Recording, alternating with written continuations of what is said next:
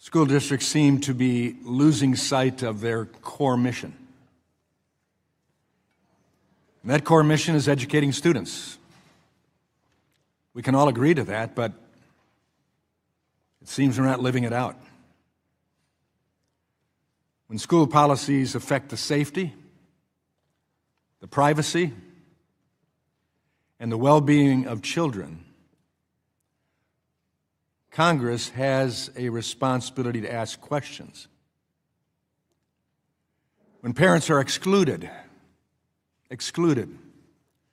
from major decisions involving their children, Congress has a responsibility to ask questions.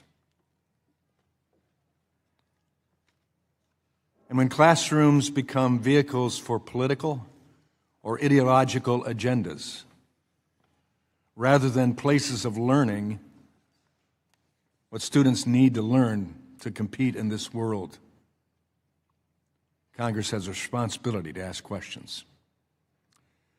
And so this is exactly why we are here today. These witnesses were invited to explain policies in their district that sideline parents, compromise student privacy rights, and fuel radical ideology. Many districts today teach a radical, unscientific vision of gender to extremely young children. By first grade, Chicago Public Schools, being a product of Cook County school system myself, thankfully not the Chicago public school system of today, students are introduced to the concept of gender identity. Third grade material then asks students to, and I quote, explain the difference between sex assigned at birth and gender identity, end quote. By fifth grade, CPS introduces students to puberty blockers.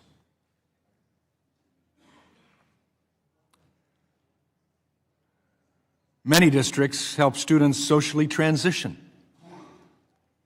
meaning changing their name, their pronouns, and their restrooms and locker rooms. Even worse, schools do this without parental consent or knowledge. Chicago's policy even allows biological males on a case-by-case basis to sleep with biological females on overnight field trips. So does Loudoun County's. If I was a parent in either of those districts with these students, I'd consider suing for child abuse and neglect. This is serious. The consequences of these policies are horrific. In Loudoun County schools, a boy entered a woman's bathroom and sexually assaulted a 15-year-old girl. The boy was wearing a skirt, according to the survivor's family, a claim that was not contested by the boy's family. You might think that the school immediately called law enforcement and had the boy arrested. Common sense would dictate that. That's not what happened. In fact, police were called for one person, and that person was Scott Smith, the survivor's father, who confronted school staff at the main office for not involving law enforcement. A parent doing what a parent ought to do.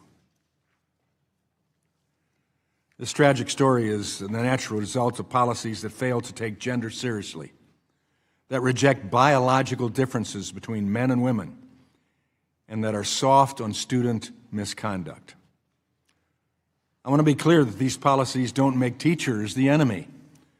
In some cases, teachers are also the victims with these policies that they are forced to contend with. Radical gender policies can force teachers to violate their conscience and deny their faith in order to keep their job.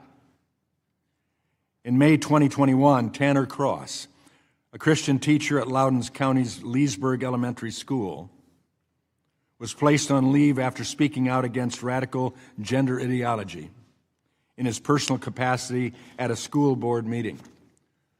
Loudoun County couldn't have changed its policy immediately to protect people could have changed its policy immediately to protect people of faith.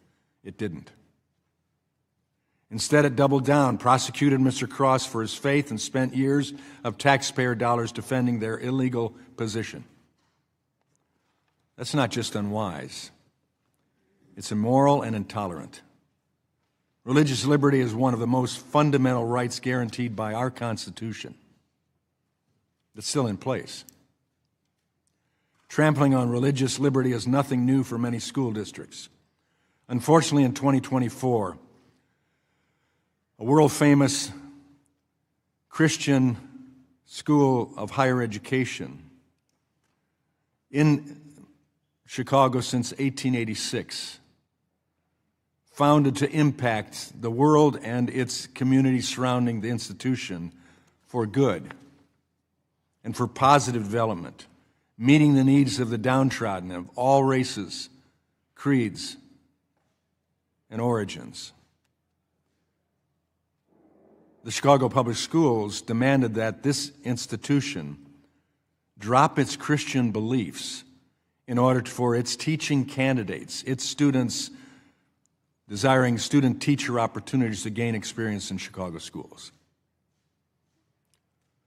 Chicago eventually dropped their demands after being hit with a lawsuit. That's no surprise. Chicago's position was unconstitutional. You don't have to renounce Christian beliefs to teach in a public school, I hope.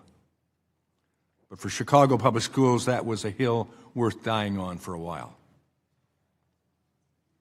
In fact, many school districts seem to rebuke traditional values.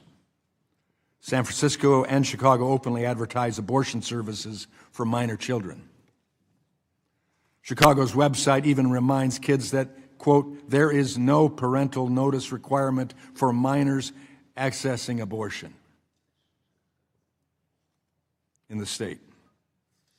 Chicago also requires condoms to be available to students 12 and up. American students deserve better. America's students need school leaders who have moral clarity about right and wrong and who aren't afraid to do the right thing even when it's unpopular.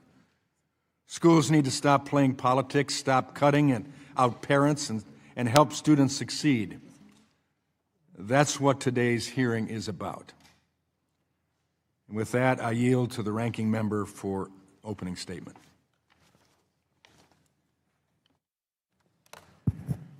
Thank you, Mr. Chairman, and thank you to our witnesses for joining us today. Mr. Chairman, in education, today's students, families, and teachers are confronting challenges that go beyond prom or science fair. Schools across the country are grappling with gun violence, ICE raids, learning loss, the rise of artificial intelligence, and the affordability crisis is placing enormous strain on our communities. These are real material concerns that demand action from Congress. That's why I'm disappointed that the majority has once again decided to ignore the concerns of parents and instead to focus on divisive culture wars with the hope of scoring cheap political points. This is part and parcel of the Trump administration and congressional Republicans' track record of putting political games before proper governance and using divisive, hateful rhetoric to distract from their attacks on public education. The federal government's responsibility on education is to ensure that all students have access to a quality, safe, and inclusive learning environment. That is our mandate, not debating whether or not teachers can teach about world religions or black history. Yet the Trump administration is actively dismantling the Department of Education, leaving schools without research, guidance, or resources they need. The Office of Civil Rights has been decimated, and GAO investigation found that the administration wasted $38 million paying investigators not to work. Even more shocking, according to the Senate Help Committee staff report, OCR reached 0 resolution agreements in the calendar year 2025 involving sexual harassment, sexual violence, seclusion and restraint violations on students with learning or behavioral issues, racial harassment, or discriminatory school discipline. The students who have experienced discrimination deserve a federal government that can investigate a claim and uphold their rights. By charging forward with the plan to dismantle the Department of Education, The Trump administration is undermining our ability to protect students and their civil rights. Earlier this morning, the Department of Education released long-term trend scores from the National Assessment of Educational Progress. The data confirmed that today's students need more support. Long-term math scores have fallen to their lowest levels in a decade. And that's just not a failure of students, teachers, or schools, it's a failure of policy. When students are falling behind, it's the federal government's responsibility to provide evidence-based research that states and districts can use to understand the gaps, challenges, and efficacy of the science of learning. That includes examining and assessing how students learn and prepare for a future shaped by artificial intelligence. Mr. Chairman, this is precisely why the work done at the Institute of Educational Sciences is so important. Incredibly, the Trump administration has all but shuttered the Institute of Educational Sciences, hamstringing the ability to understand the greatest educational needs and tools needed to address them. It is irresponsible and short-sighted to leave states and localities to fend for themselves, especially when many school jurisdictions are already strapped for resources and funding. And it cannot be left unsaid that the Republicans' big, ugly bill only exacerbated the educational challenges facing this nation. Parents don't care about what nicknames teachers use or what rainbows may be in the classroom.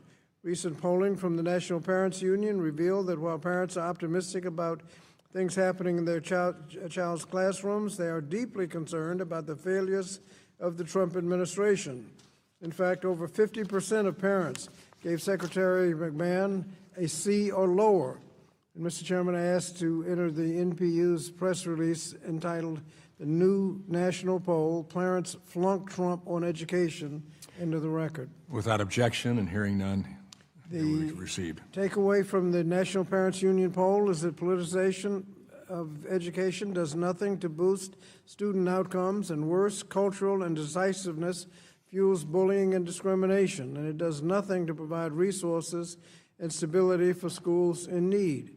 While my colleagues are focused on playing politics, Democrats are doing the work to advance policies that would fix crumbling schools and fund evidence-based policies that will improve student outcomes, protect every child from discrimination, and ensure that no parent has to fear for their child's safety when the school bus pulls away. And I hope that my colleagues across the aisle can realign their priorities and work with us to make these goals happen. It's time to work together with schools, families, and teachers to make these dreams a reality. And before I yield back, Mr. Chairman, I want to read a letter from members of the Loudoun County community to you and me, dated May 26. The letter says that we, undersigned educators, parents, community members, and organizations in Loudoun County are writing in support of the inclusive policies, initiatives, and community that have been created in Loudoun County Public Schools under the leadership of Dr. Aaron Spence. Dr. Spence has been a critical part of ensuring that Loudoun County is a desirable place to live and raise a family. Strong, inclusive public schools are not just an essential public good, but also the foundation of a strong community.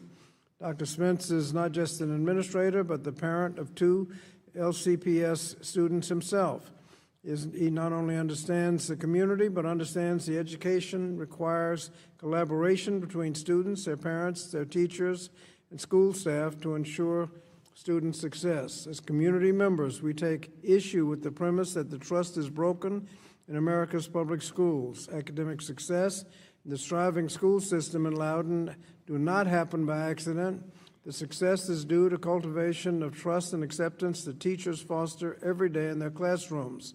Success is due to the relationships educators build with parents with the common goal of seeing our students succeed. Continuation of this success is because we, as a community, have not let the bigotry and fear-mongering of a few be louder than the love and acceptance that we can show children in our community. Promoting an environment of equity and decency is where everyone is respected and treated with dignity and harms no one. We join this statement in full support of the inclusive school environment fostered in Loudoun County by Dr. Spence. Every student, especially our students of color, our transgender and gender-expansive students, our immigrant students, and our students with disabilities, deserve a safe place to learn where they can grow and thrive. We continue to work tirelessly to ensure that our community reflects the best that America has to offer when every child has the chance to succeed. And again, Mr. Chairman, I'm not going to comment on what you said, but I'll just, in response to public comments by the House Education Committee and Workforce Chair, the County School Board says, the Loudoun County School Board is deeply concerned by recent public comments made by the chairman of the House Education and Workforce Committee that call into question the work of Loudoun Public Schools ahead of Superintendent Dr. Aaron Spence's testimony before the committee. These remarks do not reflect the reality in our school and risk undermining the important work taking place each day in support of students, staff, and families across the division. The board finds the comments regarding Dr. Spence's leadership to be without merit and also believe that it is important to emphasize the broader impact of these accusations at such a critical moment. As Dr. Spence prepares to represent our community before Congress, these statements distract from the substantive issues facing public education, its mission, and the invested parties it serves. We find the timing and nature of these remarks particularly unfortunate at a juncture when focused, constructive dialogue would better serve students and families. The board has full confidence in Dr. Spence's leadership and stands behind him in advance of his testimony. He continues to lead with a focus on academic excellence, student well-being, and ensuring that every student feels welcomed, valued, and supported in our schools. And I would ask that both of these statements be placed in the record. Without objection, hearing none, they'll be placed in the record. And I yield back. I thank the gentleman. And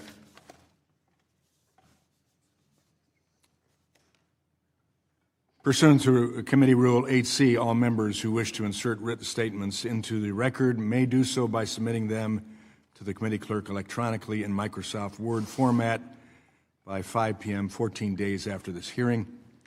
And without objection, the hearing record will remain open for 14 days to allow such statements and other extraneous material noted during the hearing to be submitted for the official record.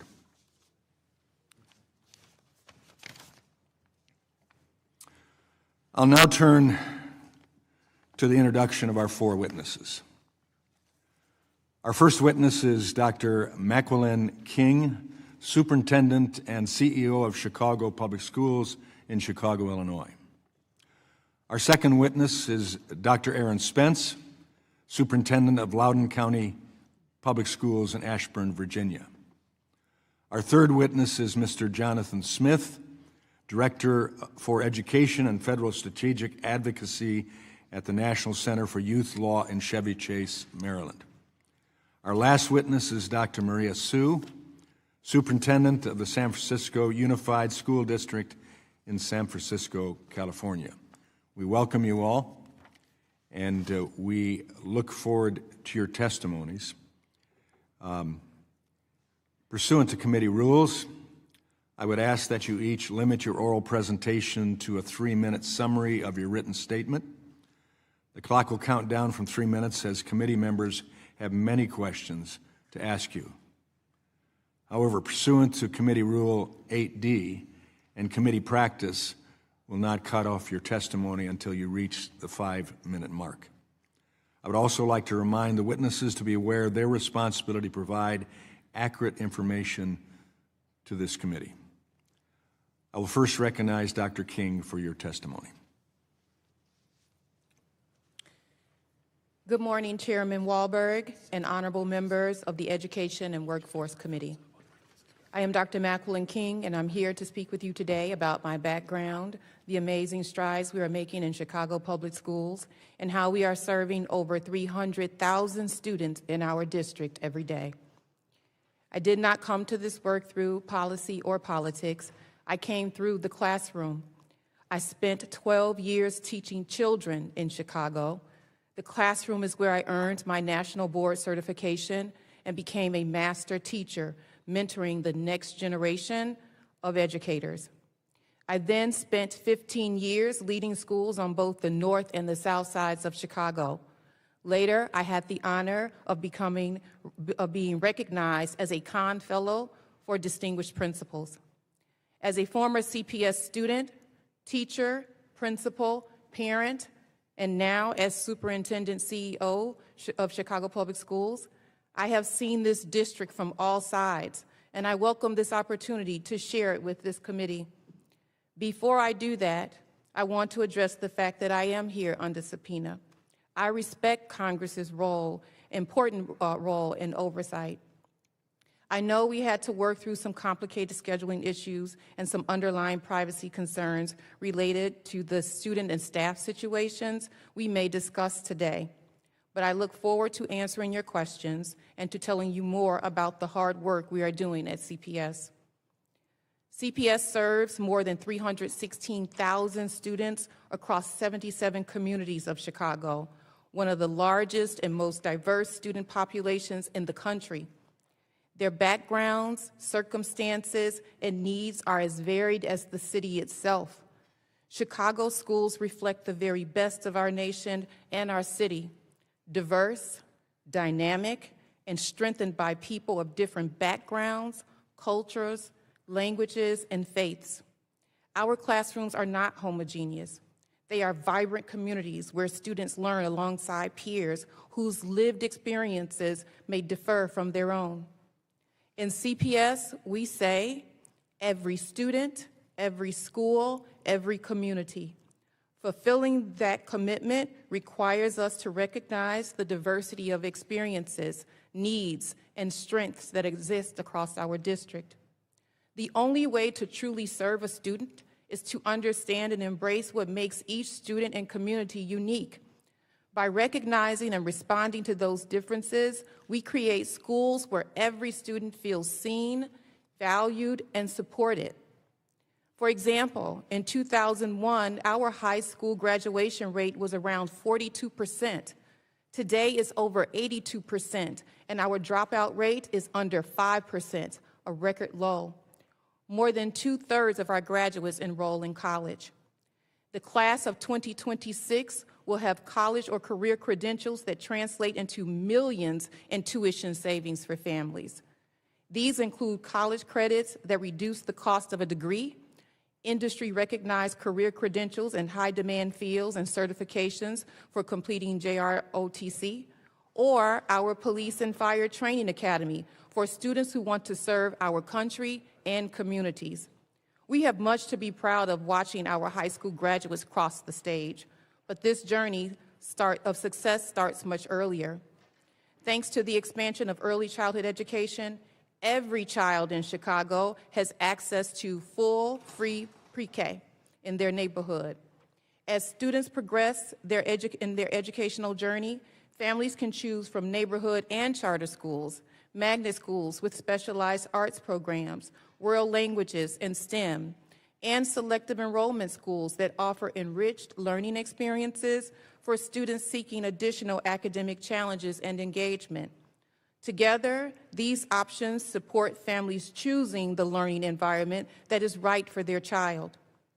As we do this transformational work, CPS strives to comply with applicable federal, state, and local laws and adheres to the regulations and guidance from the Illinois State Board of Education. All CPS policies are strengthened by family and community voice through our public comment process. Local school councils, parent advisory councils, and our Office of Family and Community Engagement exist precisely so that families of our 316,000 students have a real voice in this district. Hearing from the communities we serve helps us to improve the student experience and fulfill our mission. I would ask the superintendent to wrap up your remarks. You've gone past the 5 minutes. Thank you for the opportunity to be here today, and I look forward to taking your questions. Thank you. I now recognize Dr. Spence for your testimony. Thank you, Chairman Wahlberg, Ranking Member Scott, and members of the committee. I appreciate the opportunity to appear before you today. Loudoun County Public Schools serves 80,000 wonderfully diverse students across 100 schools. We have a 97% graduation rate, and 6 of our high schools are listed in the top 20 in the Commonwealth of Virginia. Families choose Loudoun County because they value the quality of our public schools, which strengthen our communities and create opportunities for students. I'm especially grateful for the chance to highlight these results because we work so hard to ensure that our students, every student, regardless of background or circumstance, has a supportive and high-quality learning environment, one that prepares them to thrive in life and contribute meaningfully to society. That promise is carried forward every day by LCPS's dedicated educators, engaged families, and a community that believes in the power of education. I come to this conversation both as a parent of children attending LCPS and a very proud superintendent who sees the extraordinary care and commitment that exists inside our schools every day. I want to be clear and say that LCPS and I, as the superintendent, operate within the law. As the superintendent, it's my job to ensure that we follow federal law, state law, and locally adopted school board policies, and we work with our students and with our families to do that. I also want to state clearly that we do not discriminate. Our hiring practices, our instructional practices, and our student support systems are grounded in equal opportunity and compliance with civil rights law. We're in education because we care about students, and part of that means ensuring an environment where all students can reach their full potential. In truth, much of this work is about ensuring that students have access to rigorous coursework, removing barriers to opportunity, and working with our parents to help prepare young people for their future. Those are the long-standing goals of LCPS that I and my team strive to meet every day. Despite our efforts to do that, we also know there will be challenges. Schools are responsible for navigating complex and often personal situations involving individual students and families. As we do, it's critical that my staff and I know and understand the governing laws and policies to ensure fairness for our students.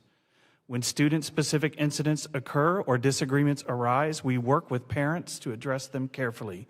We take these matters incredibly seriously. Too often, the public narrative frames schools and parents as adversaries. That's not the reality I see in our community, and it's not the reality I see in public education more broadly. As I mentioned earlier in this statement, I'm a parent, and I believe it's critical that schools respect and listen to our parents as we work alongside them to educate our students. The overwhelming majority of parents and educators want the same things for our children, for them to be safe, academically challenged, emotionally supported, and prepared to contribute positively to their communities after graduation. LCPS thrives when we work closely with parents to educate and support their children, and I know the teachers and leaders in our schools demonstrate that commitment through their actions every day. LCPS isn't perfect, no institution is, but the good ones will understand that and address concerns. We work hard to ensure that the education we provide meets the needs of our students and our families. The work happening in our classrooms is practical, it's serious, and it's student-centered. I appreciate the committee's attention to matters that impact students. It's important we keep our students at the center of these conversations so that those of us working in education and those of us working in education policy can continue to ensure our students excel. Thank you. I welcome your questions. I now recognize Mr. Smith for your testimony. Chairman Wahlberg, Ranking Member Scott, and members of the committee, thank you for the privilege of testifying before you today. Public education has served as a cornerstone of our democracy. It provides the critical foundation that prepares young people to be full participants in our multiracial democracy and competitive in a global economy. I say that not only as a lawyer, but as a parent, one who sends my own children through a schoolhouse door every morning on a measure of faith. I trust that the adults on the other side will see them, teach them, and keep them safe. Keeping that trust and keeping our public schools strong and vibrant comes down to two things. First, we must guarantee that schools remain places where all students have an opportunity to learn and succeed. Second, we must acknowledge and respect the rights of parents and students alike, recognizing that their voices and perspectives are critical in creating and maintaining safe and supportive learning environments. Turning to my first point, A commitment to diversity, equity, and inclusion ensures that all students can learn and succeed. Diversity is not a buzzword. It is a fact, a plain recognition that our classrooms reflect the full demographic tapestry of our nation. Equity means giving each student what they need to thrive. Far too many are trying to score political points and treat it as a zero-sum game. But equity doesn't redistribute a fixed pool of academic success. It expands it. And inclusion simply means that every student feels safe, respected, and valued, including mine. As a father of 2 Black children who attend public school, I understand the need every parent feels to make sure their children are affirmed and supported throughout their education. When we fail to provide a diverse, equitable, and inclusive environment in our schools, we harm students. Exclusionary policies have driven a troubling increase in incidents of racial harassment against Black students and other students of color, and to a large increase in anti-LGBTQI hate crimes and bullying in our K-12 schools. This is not new. Our nation often hasn't always lived up to the promise of inclusivity in our schools. But throughout our history, it's been this body, Congress, that has acted through intentional interventions like Title VI, Title IX, Section 504, to respond to and to correct historical and ongoing injustice. Importantly, Congress didn't stop at writing the laws. It built the federal agencies and infrastructure to enforce them. The Department of Education's Office for Civil Rights often stands as a student's last and sometimes only option to attend school free from discrimination. The Department of Justice's Civil Rights Division also plays an important role. I served in that division as a Deputy Assistant Attorney General. I have witnessed firsthand how civil rights laws have been used to open the doors of opportunities for students across this country. And now those doors are being slammed shut. These agencies have abandoned their roles in addressing discrimination, leaving students to suffer egregious harm. Turning to my second point, the important roles both parents and students play. Parents play a central role in shaping their children's education.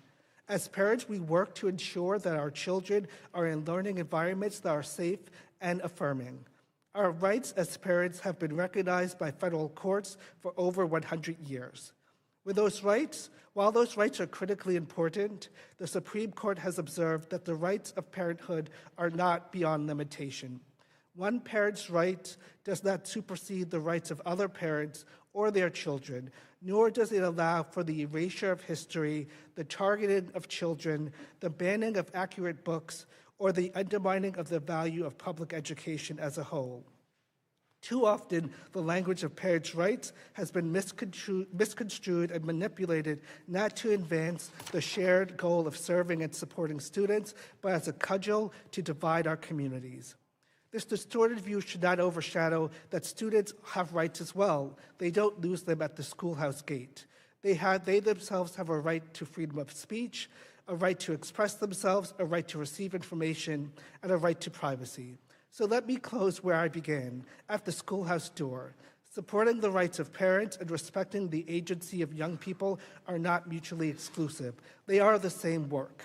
The parent who wants their child to be seen and the child who wants to be seen are asking for the same thing. Thank you for the opportunity to speak with you today. I look forward to your questions. Thank you. Now I recognize Dr. Sue for your testimony. Chairman Wahlberg, Ranking Member Scott, and members of the committee, thank you for the opportunity to appear here. My name is Dr. Maria Sue. I have had the honor to serve as superintendent of San Francisco Unified School District for the last 18 months. I come to this role as a parent, a longtime public servant, and someone who believes deeply in public education and the potential of every child. As you can hear, I am suffering from laryngitis, and I'm having a difficult time using my voice. Of course, I recognize the importance of being here today. I have come here voluntarily, and I will answer your question to the best of my knowledge and recollection. San Francisco is proud of its history. The city is known as a pioneer in LGBTQ rights. We have a long tradition of embracing diversity and welcoming everyone, including those who feel marginalized or overlooked. As a school district, we were one of the first to recognize the importance of teaching about our diversity so that students can learn and grow together. SFUSD serves more than 49,000 students from every neighborhood, background, and life experience in our city. We are proud to serve every child who walks through our doors. We have a simple duty, helping students learn. We are focused on positive student outcomes. Students must learn to read clearly, write effectively, and graduate prepared for college, career, and life. I understand this hearing is focused on parental rights, trust, and what parents expect from their schools. Those issues matter deeply to me. I know that learning does not happen in isolation. Students need safe and welcoming schools, and teachers need support. Parents are a child's first teachers. We want strong partnerships and effective communication with parents and guardians so they feel informed, heard, and supported.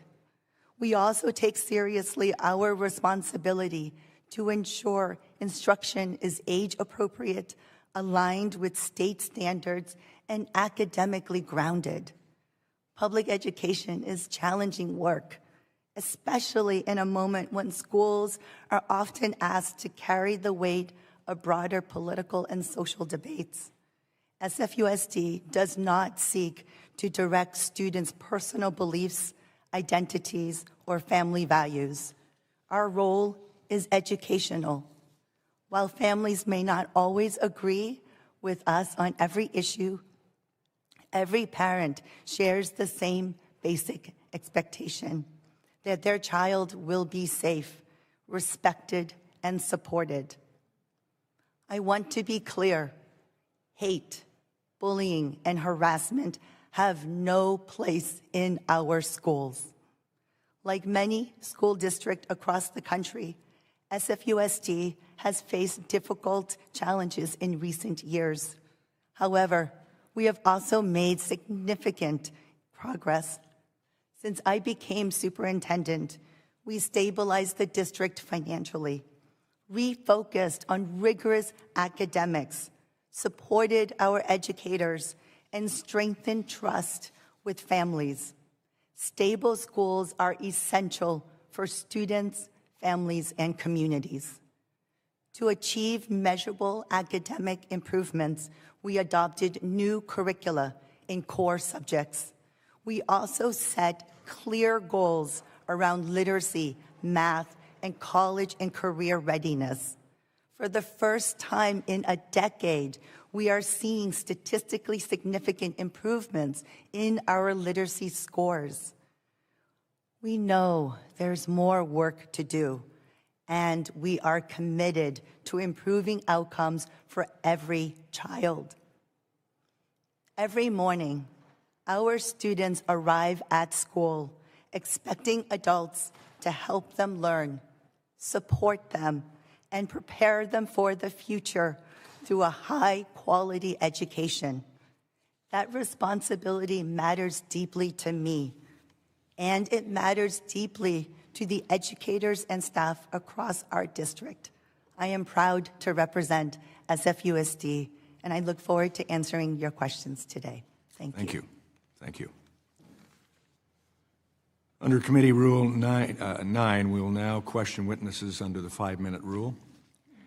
I'll recognize myself for 5 minutes of questioning.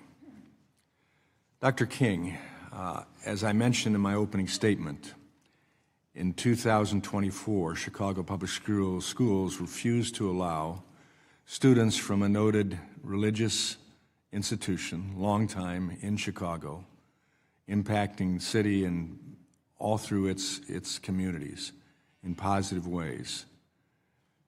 refused to allow its education students to earn necessary practice teaching experience in Chicago schools due to their faith unless the institution would change its doctrinal policy on sexuality and gender beliefs. For Chicago Public Schools, this was intolerable, those beliefs. At least it appeared that way. You demanded that the school drop its Christian beliefs in order for its teaching candidates to gain experience in Chicago schools. Of course, you reversed your position after a lawsuit. That's unsurprising. Your position was an unconstitutional attack on people of faith. The question I have is, do you think teachers should have to renounce their Christian beliefs in order to teach in a public school?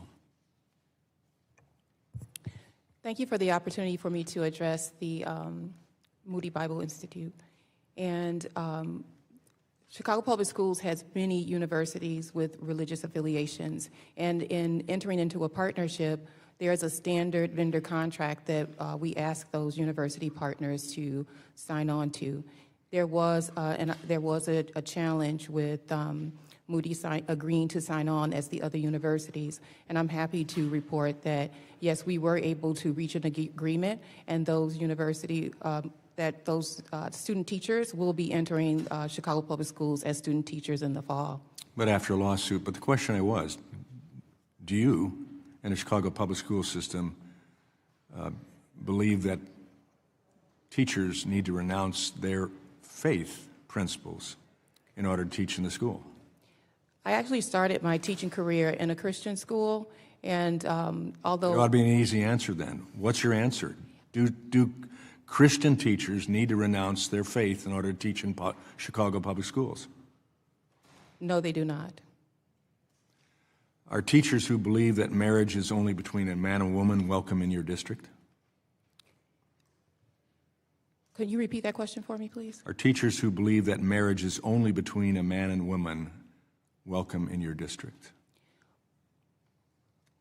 When teachers arrive, student teachers or any staff members that work in Chicago Public Schools in any capacity, we ask that they adhere to the Chicago Public Schools policies. We do not ask for their beliefs, but we do ask that all employees adhere to Chicago Public Schools policies. Which is Justified. But in this case with Moody, the students were not going to be allowed because the institution believes in a marriage between male and female.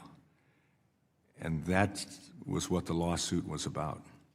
And so I challenge you to make sure it's very clear that while policy needs to be followed, yet teachers can continue to hold those beliefs that are strongly held religious beliefs. Let me move on. Dr. Sue, your former ethnic studies curriculum featured a video titled, "Why is There Anger at Drag School Hour?" and asked students, how does Drag Queen Story Hour disrupt the cycle of heterosexism for young minds? At what age do you think students should be exposed to Drag Queen Story Hour? Thank you, Congressman, for that question. I am really proud to be the superintendent of San Francisco Unified School District. At what age are students prepared for Drag Queen Story Hour? Well, we welcome all 49,000 students as they are.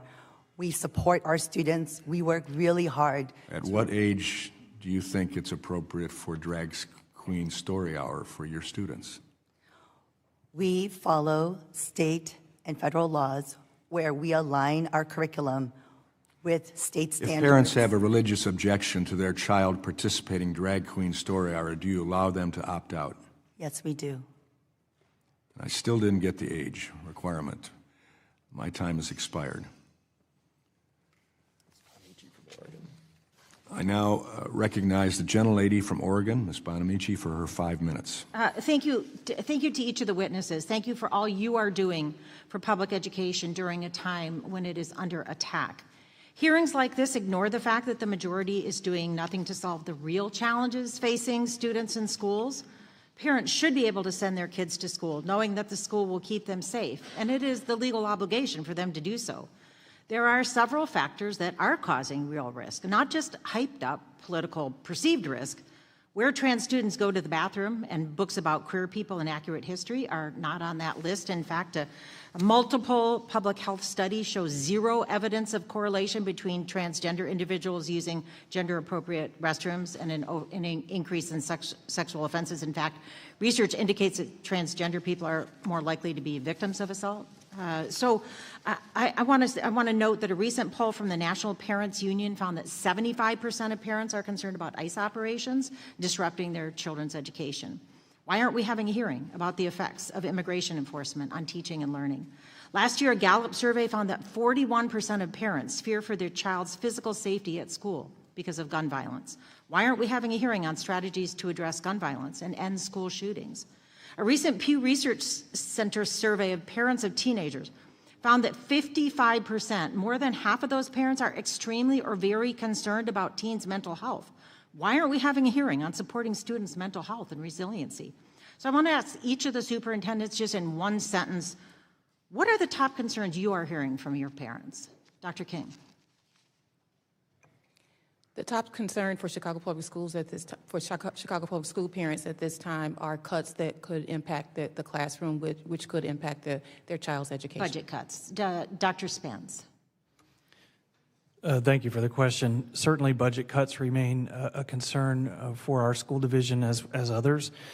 We hear consistent concern about academic progress. We want to make sure that we're focused on literacy and numeracy at the early grades and how that our children progress through. Thank you. Thank you. Absolutely. Dr. Sue. Similar to my colleagues, our parents regularly tell us that they want us to continue to push the needle on academic rigor and meet student outcomes while we ensure that we have services that our students need. Thank you for raising real concerns of parents of public school students. And despite saying they want to give education back to the states, my colleagues in the majority have already passed numerous bills micromanaging what books students can read, attacking trans students, a very small and vulnerable population, dictating what bathrooms they can use. In fact, they're villainizing oftentimes young children who have the courage to identify as who they are. A study from the Trevor Project found that anti-transgender laws cause up to 72% increase in suicide attempts among transgender and non-binary youth. 72%. That's unacceptable and it's avoidable. So I'm going to ask you, Mr. Smith, why is it important for schools to support and protect all students, including transgender students in schools? And I have another question, so I'll go with that one first. Thank you for your question, Representative. You know, it's important for schools to respect and to affirm all students because it's their obligation. It's the obligation of schools.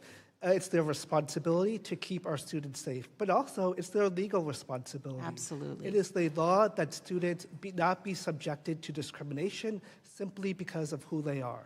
Absolutely. And Mr. Smith, the Trump administration is threatening to block all federal funding. We heard the concerns, the funding concerns here.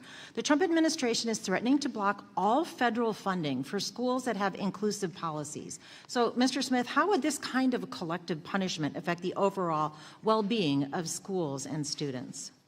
Thank you for the question. You know, there's a ton of research that shows that inclusive policies, policies that make all students feel safe and seen, not only are good for those students, it's good for the entire classroom, it's good for the entire school, that it leads to increased academic performance, it leads to lower dropout rates, it leads to students being able to fully succeed and also fully able to function in our diverse and multicultural, multiracial democracy. And thank you. I also submit that sends a message to all of the students how we should treat each other with respect, regardless of who we are, what background we came from, who someone loves, or how they identify.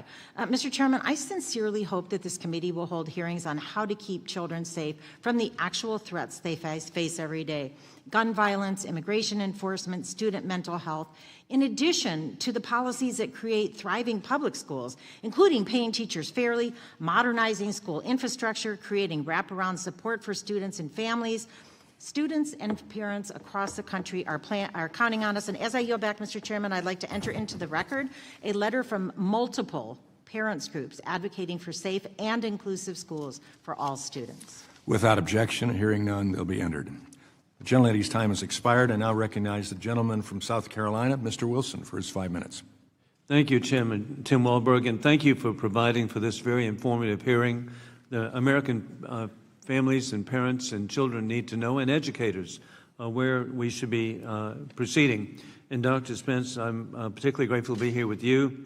My family heritage is Virginia. My mother was born in Richmond. I graduated from Washington Lee University in Lexington. My number 2 son, an orthopedic surgeon, received his residency in Portsmouth. So we cover the whole Commonwealth, and so this is great. And then additionally, I particularly cherish that my predecessor was the late Congressman Floyd Spence. So it's really good to have Dr. Spence here. With that in mind, in May 2021, Tanner Cross, a Christian teacher at Loudoun County's Leesburg Elementary School, was placed on leave after speaking out publicly against policy 8040 in his personal capacity. He said at a school board meeting, quote, "My name is Tanner Cross, and I'm speaking out of love for those who are suffering from gender dysphoria. It's not my intention to hurt anyone, but there are certain truths that must be facing reality. I love all my students, but I will never lie to them regardless of the consequences. I'm a teacher, but I serve God first and will not affirm that a biological boy can be a girl and vice versa because it's against my religion." 2 days later, he received a letter noting he'd been placed on leave, quote, "pending an investigation of allegations that he engaged in conduct that was disruptive impact on the operations of Leesburg Elementary School." Was that a mistake? So the incident that you're talking about actually predates my tenure in LCPS, but I do think that our employees have the right to their deeply held religious beliefs, and I think they have the right to express those in public comment for certain. I don't know specifically if the investigation that was being done was related to a violation of policy. If it was related to a violation of policy within the school, that wouldn't have been a mistake. If it was simply for expressing his beliefs, that would have been a mistake, yes. Well, indeed. Do you know, was there an apology provided? Oh, I'm sorry, help me understand the question. An apology from the school board, an apology for the providing of him being placed on leave. Oh, I'm not aware that there was an apology. I'm not aware.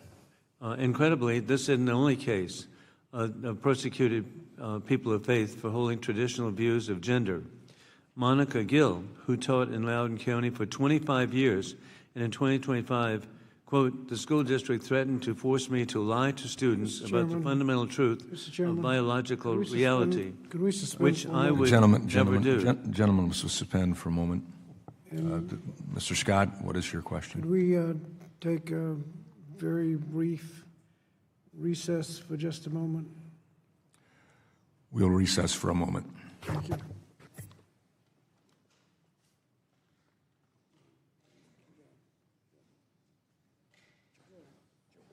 Can I get another minute?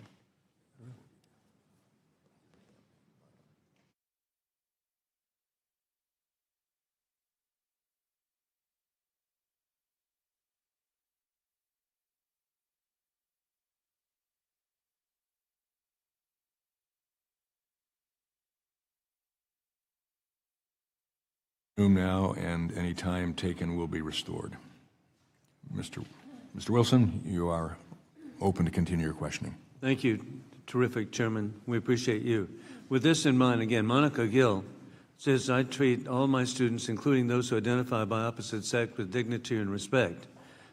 End of quote. On behalf of LCPS, would you like to apologize to Ms. Gill that the district made compromising her faith a condition of employment?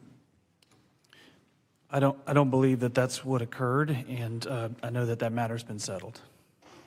Well, it certainly, by decency and common sense, these should be resolved immediately. And then, Dr. King, in your website, it tells the students there's no lower age limit and no parental notice requirement for minors accessing abortion care. And with that, there's also an agreement with Planned Parenthood and partnership to refer to pregnancy options counseling, and no surprise, that really promotes abortion. With that, Dr. King, is there any form of abortion you teach that students is immoral, unwise? In particular, do you support suctioning the baby out intact, or should the baby be dismembered part by part, disposal of the arms, legs, head, and body? I'm sorry, would you mind repeating the question for me? The question again is your school, or you're promoting, working with Planned Parenthood to promote abortion. And with that, there are different forms of abortion. In which do you support? Suctioning the baby out intact, or should the baby be dismembered and part by part, removing the arms, legs, head, and body? Which form of abortion do you think would be the most preferable? I'm very disturbed by that question, and I want to say that Chicago Public Schools' sexual education curriculum is in compliance with Illinois state law. And I also would like to say that I'm here to represent Chicago Public Schools, and I'm willing to answer questions on Chicago Public Schools policies. Well, that's the policy of promoting abortion, and it's actually shouldn't be. Families should have a right to counsel with their family. I yield back. Gentleman yields, and I recognize the gentleman from California, Mr. Takano. Thank you, Mr. Chairman, and thank you to the witnesses for being here today, all of you. You know, the Department of Education's Office of Civil Rights, or otherwise known as OCR, was created to protect students from discrimination, harassment, and abuse. Mr. Smith, I'd like to begin with you. I'd like to run through some of OCR's statistics from the past year under the Trump administration. Let's check the facts. So last year, OCR reached 0 case resolutions related to sexual harassment and violence, racial harassment, or seclusion, or restraint. Is that correct, as far as you know? As far as I know, that is correct. And from March to September of last year, the administration dismissed 90% of complaints without completing a full investigation, correct? That's what I understand to be correct. And when we say they dismissed 90% of complaints without completing a full investigation, that's not a good thing. I don't believe so, no. There is a backlog of roughly 24,000 pending cases before the Office of Civil Rights, or OCR. Mr. Smith, what other recourse do the students and families who filed these 24,000 cases have if the federal government will not step in to enforce their rights? They oftentimes have no additional recourse. And if I could just flag, my organization actually filed a lawsuit challenging the dismantling of OCR. And speaking directly with our plaintiffs, the one thing they said over and over again was that they feel helpless, that they feel like their students, their children are suffering because of their sex, because of their race, because they have disability, and they literally have no place to turn. So we're talking about students often from low-income families, middle-income families. I mean, accessing the courts is an expensive proposition. That's why we have the Office of Civil Rights at the Department of Education, to protect students from discrimination, from harassment. Right? Is that correct? Correct. So this backlog isn't just because OCR has left staff.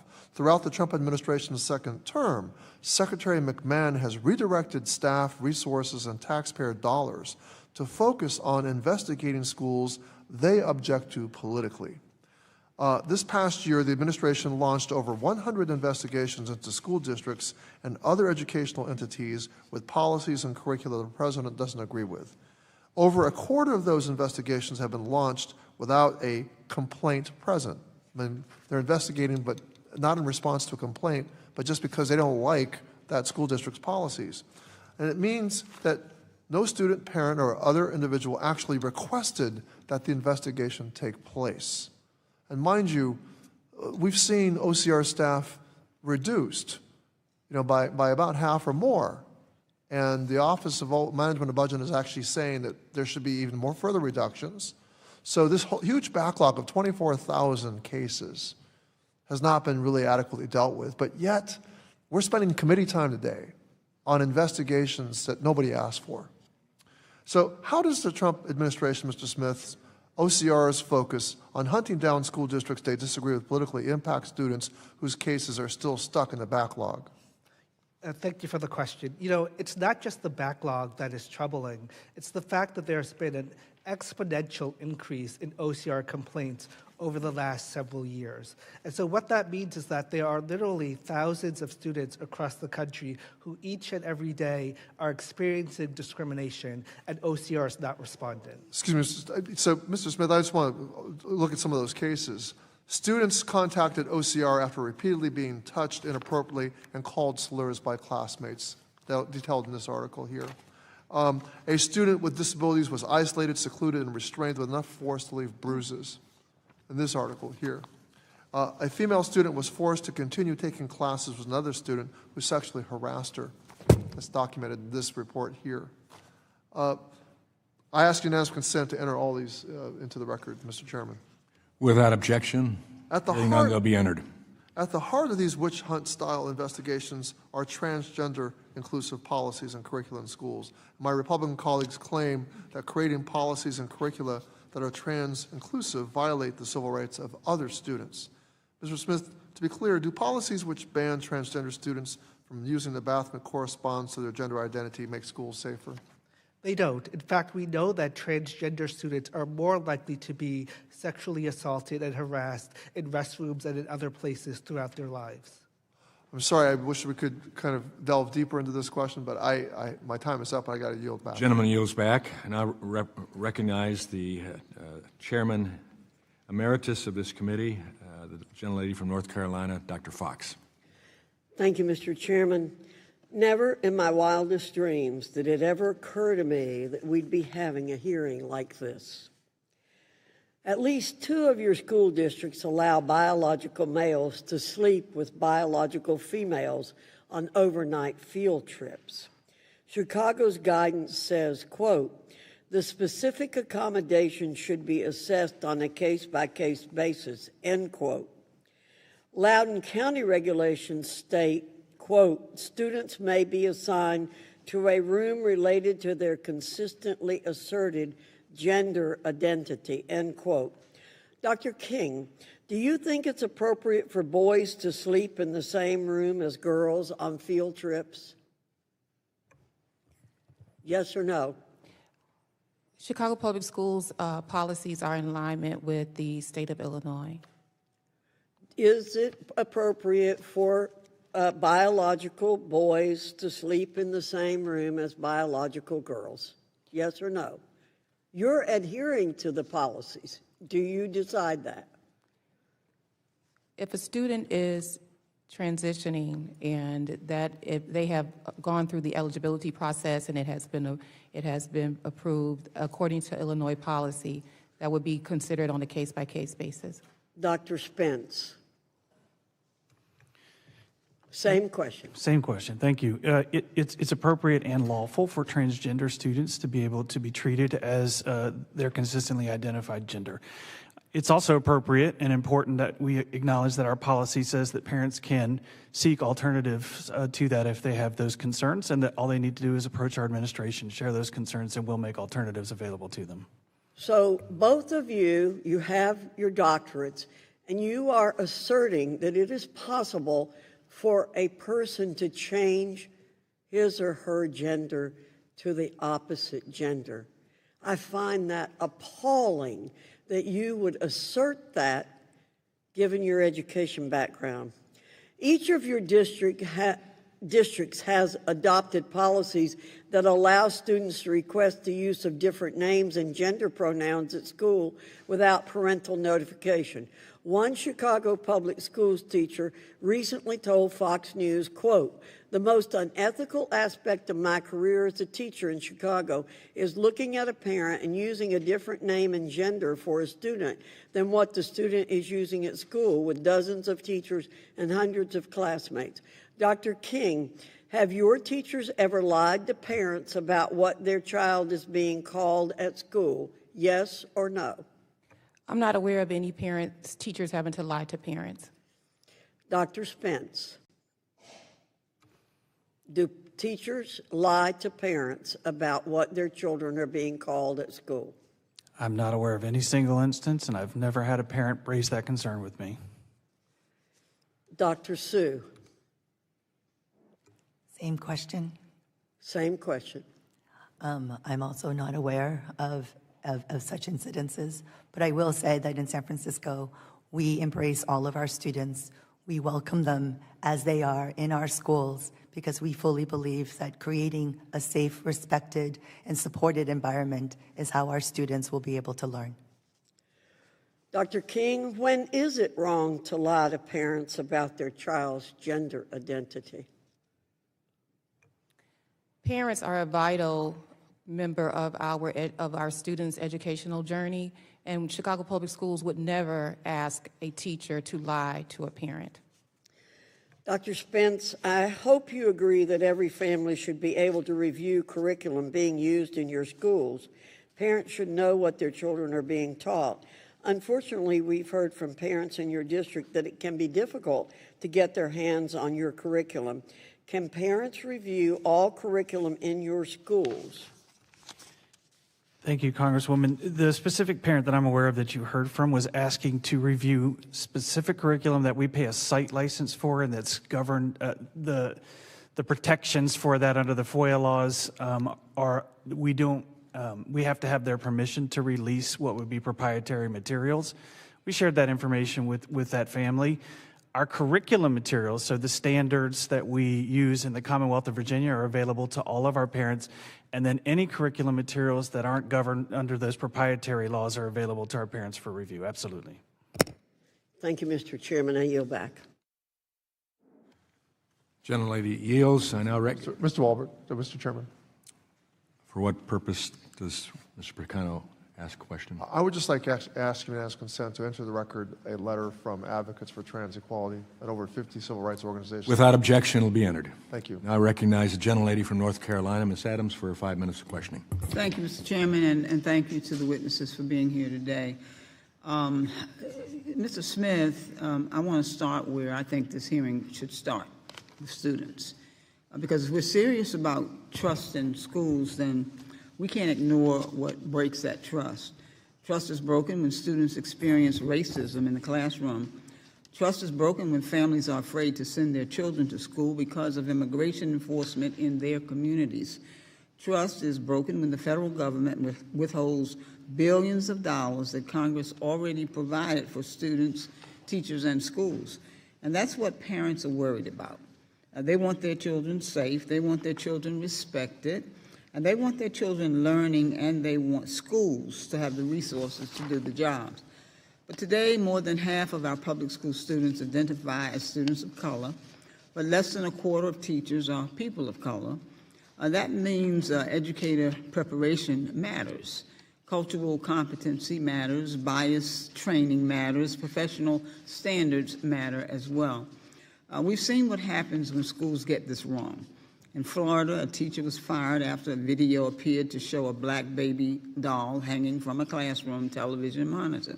In another case, a teacher was recorded using a racial slur in the classroom. And that kind of conduct has no place in any classroom in America.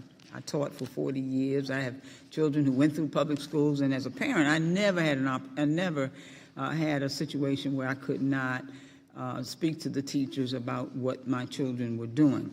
Mr. Smith, what do incidents like these tell us about the need for educator training around cultural competency, bias awareness, and working with diverse communities? And what do you say to those who claim this kind of training is unnecessary? Thank you for the question. Such training, as you mentioned, is not only necessary, it's also completely lawful. That our schools have to be in places where every student feels safe, they feel secure, they feel comfortable being themselves. And that's not just a preference or ideal for schools, that's literally the law. Title VI of the Civil Rights Act requires that schools not create or tolerate hostile environments. And as you noted, for far too many students of color and far too many other students, school classrooms are not places where they feel comfortable.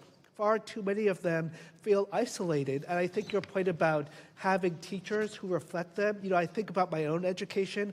My first black teacher was when I was in second grade, and she was the first teacher I felt as a young person who saw me as who I really was. And so I think I know having teachers of color is critical. Thank you, sir. Let me move. I have a few more questions. So let me turn to immigration students and families.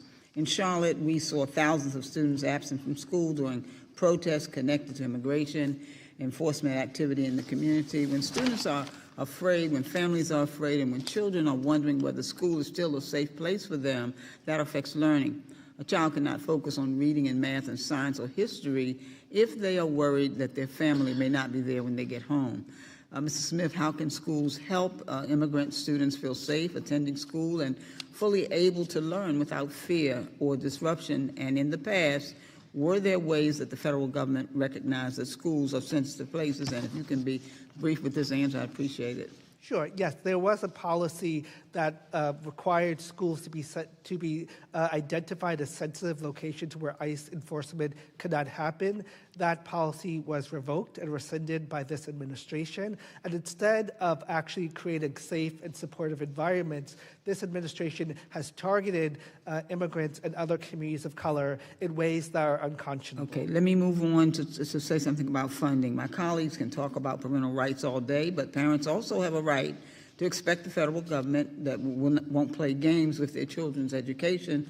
Last year, the Trump administration withheld $7 billion in congressionally appropriated education funding. That money was for after-school programs, teacher training, English language acquisition, adult education, and student support. That does not build trust. That breaks trust.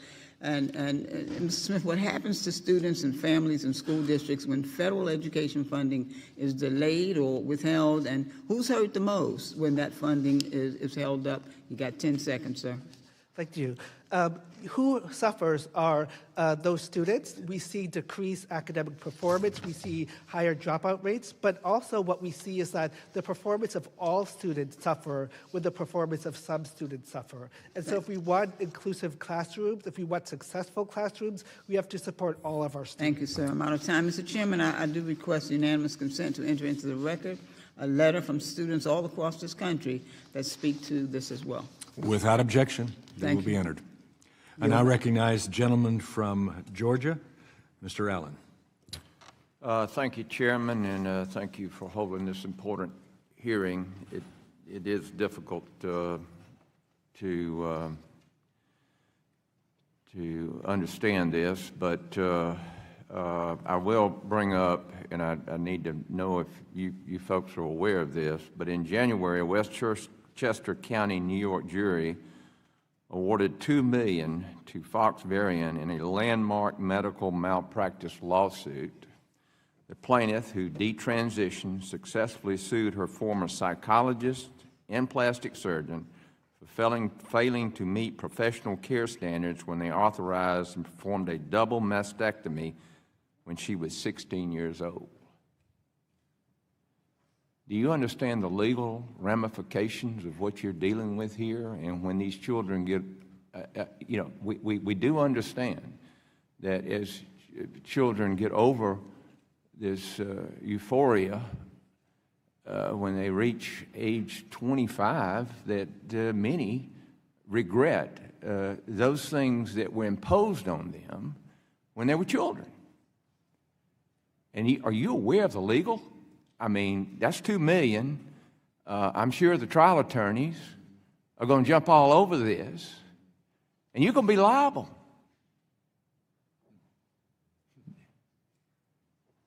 So, Dr. Sue, your guidance on trans students lists refusing to address a student by their chosen pronoun on an equal plane with egregious abuses such as physical assault motivated by hostility toward the student. Do you think that not using a student's preferred pronoun is morally equivalent with assault? Thank you for the question. In San Francisco, we welcome all of our students as they are. We believe firmly that when we allow students to come in and truly be themselves, we are able to teach our students and support our students to be thriving adults. So when those students grow older and then understand that maybe things are different, then you said, well, that's okay. Do you understand the legal consequences that where you've misled that student, but just saying, well, that's okay. And then they learn later on, this isn't the way it works. This won't work in my life. Or because of emotional ills or whatever, they get maybe professional advice, it's different. But you're going to be held responsible legally for what you're perpetrating on young people. Dr. King, in fact, all of your districts actively help students change their names, pronouns, and locker rooms if they want to transition genders. But this isn't always the best for the child. We've seen a wave of stories about students regretting their gender transition, detransitioning, and wishing the adults in their lives gave them better advice and guidance. To protect these children, under what circumstances will your district advise against a social transition and deal with the legal implications of this lawsuit that is now precedent in law, which has required all of these hospitals and physicians? I mean, these doctors are telling these parents, if my child doesn't transition, if your child does not transition, they're going to commit suicide. And then performing the operation. And now look what we have. We have a legal precedent. And guess what? All these hospitals and physicians are going to be sued for malpractice. Are you willing to deal with that in your school system and the multitudes of dollars that you're going to be sued for allowing children to believe whatever they want to believe and not raising them up in the way that they should go? Can you answer that question, Dr. King? Or how are you going to deal with the legal implications of this? I mean, you better get back and get with your school board and your lawyers and better figure out how to deal with it, because this is going to be rampant throughout this nation. And like I said, the trial lawyers are going to be all over it. So I have 11 seconds. I cannot opine on the laws. I can answer to the policies and operations for Chicago Public Schools. Okay. Well, you probably better do that. I'll yield back, Mr. Chairman. Gentleman yields. I now recognize the gentlelady from Georgia, Ms. McMath. Thank you, Mr. Chair, and thank you to our witnesses for each and every one of you being here today. We really appreciate it. And Dr. King, as I said to you earlier, one of my sisters is a teacher in your Chicago public school system. I was actually born and raised in Chicago, so thank you. I hope that we're able to get back to the essence of why we're here today, talking about educating our children today, which is most important, and that truly is your responsibility. I know it can be difficult and a thankless job for what you're doing. But that isn't the reason why people stay in public education. You truly are dedicated to our children and our families. You do it for the kids. Our teachers, they do it for the kids. Our superintendents, they do it for the kids. Parapros, they do it for the kids, for the students and the families that have nowhere else to send their child to learn but their public school. For 10 years, I was a single mother working as a flight attendant on the weekends while I homeschooled my son Jordan during the school week. It was hard, but it was an experience I would never have traded for anything in the world to spend more time with my son Jordan before he was taken from me in a racially motivated shooting. Time that I will now forever deeply cherish. I did that because the public schools where we live were so starved of their resources in the state of Georgia, where I represent, so deprived of funding and support from Congress that I could not simply send them there. This isn't a choice that any parent should have to be forced to make. But that was the reality that was forced upon me and my son, and the reality that is forced upon tens of millions of Americans every single day across our country. I made a promise to myself that if I ever could, I would do what I can to ensure that every school has the support they need to ensure that every child truly is never, ever left behind. There are so many parents that don't have the time or the money to homeschool. I was blessed to be able to do that. That just isn't how life works for most people. Their public school is their child's only option, and we should not be making their problems worse with voucher schemes, funding cuts, and hearings really only meant to drag public schools through the mud. Whether they intend to or not, my Republican colleagues are creating a two-tiered education system, one for those that are born in certain zip codes, one for the wealthy, one for those who are lucky enough to win a charter lottery or get a scholarship, and another for the rest of us. That is not what public education should be about. It doesn't have to be this way. It should not be this way. These are problems in schools that we can fix. So I encourage my Republican colleagues to take a hard look at the difficult choices that their policies are really forcing on our parents, our children, and our communities. Republicans want to call it school choice, and they are making a choice. They are choosing to abandon your child and your child's public school education. They are choosing to let unqualified teachers into your kid's classroom, and they are choosing to allow new schools to move into your neighborhood, take federal tax dollars meant for the public good, and then possibly deny your child get a good public education.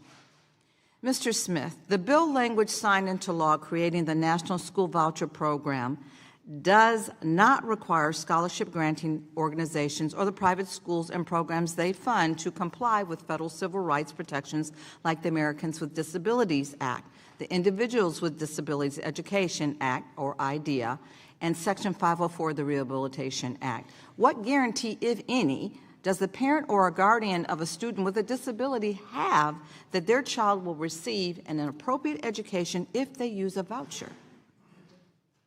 Thank you for the question. There's no guarantee. And the reality is that using vouchers to send children to private schools that don't comply with federal laws will harm not just students with disabilities, it will harm students of color, it will harm all students who remain vulnerable. And not only will it harm those students, it will also siphon away critical funding for public schools, and so the neediest children will also continue to suffer. 90% of American school children attend public schools, and so to use those public dollars to subsidize private schools and religious schools, as you said, isn't about school choice, it's about the private school's choice. Thank you very much. My understanding is they really don't have any guarantee at all, just as you said. I look forward to working with you to ensure that every child, regardless of a disability, receives the high-quality education that they deserve. I'd also like to submit for the record a letter from faith organizations supporting every child's right to be included at their public school. Without objection, it will be entered. Thank you, and I yield. Gentlelady yields, and I'll recognize the Vice Chairman of this committee, the gentleman from Utah, Mr. Owens. Thank you, Mr. Chair. For those who are tuning in to watch this hearing, I just want to say thank goodness for school choice, federal school choice. For those who are sitting listening and realize how much nonsense is going on here, the focus has not been our kids, obviously. Just know that help is on its way. By the way, 32 states have opted in to the school choice program. So we don't have to sit down and wait now for those who are waiting in these long lines of lotto to get into a school system. Those days are coming to an end. Dr. Sue, your new ethics studies curriculum compares parents protesting school boards over COVID policies to 1960s, white parents trying to avoid desegregation. It says parent protests of school policies are not just a recent phenomenon, however. In the 1960s, many white parents put their children in private schools in response to desegregation policies. Do you see this as a problem only with white parents? Thank you for that question. I'm sorry, do you have the example that you're reading from? Can I see the document? I don't have the document. Do you agree with that statement, though? I would need to see the documents. I can see the full context. I don't have the document. Do you agree with the statement I just made that parents, white parents, were leaving schools because of what they did back with the segregation days? I would need to understand what. I'm going to, for any of us who hear that, I would say absolutely not. I wouldn't say that if I didn't believe it. So obviously you probably do. If that's the case, do you also think that black parents opting out of public school systems are also racist? If you're referring to the fact that we spent multiple years identifying a new ethnic studies curriculum at San Francisco Unified School District, then I will speak to that. Okay, all right, I'll take it back. Just know that in terms of parents leaving public school systems, it's all colors.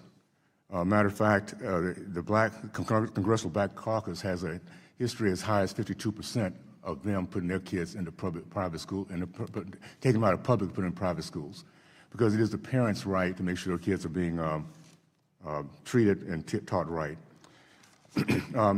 Dr. King, your fifth grade material includes an objective for students to explain what puberty blocker medications are and the role they may play for transitioning young people.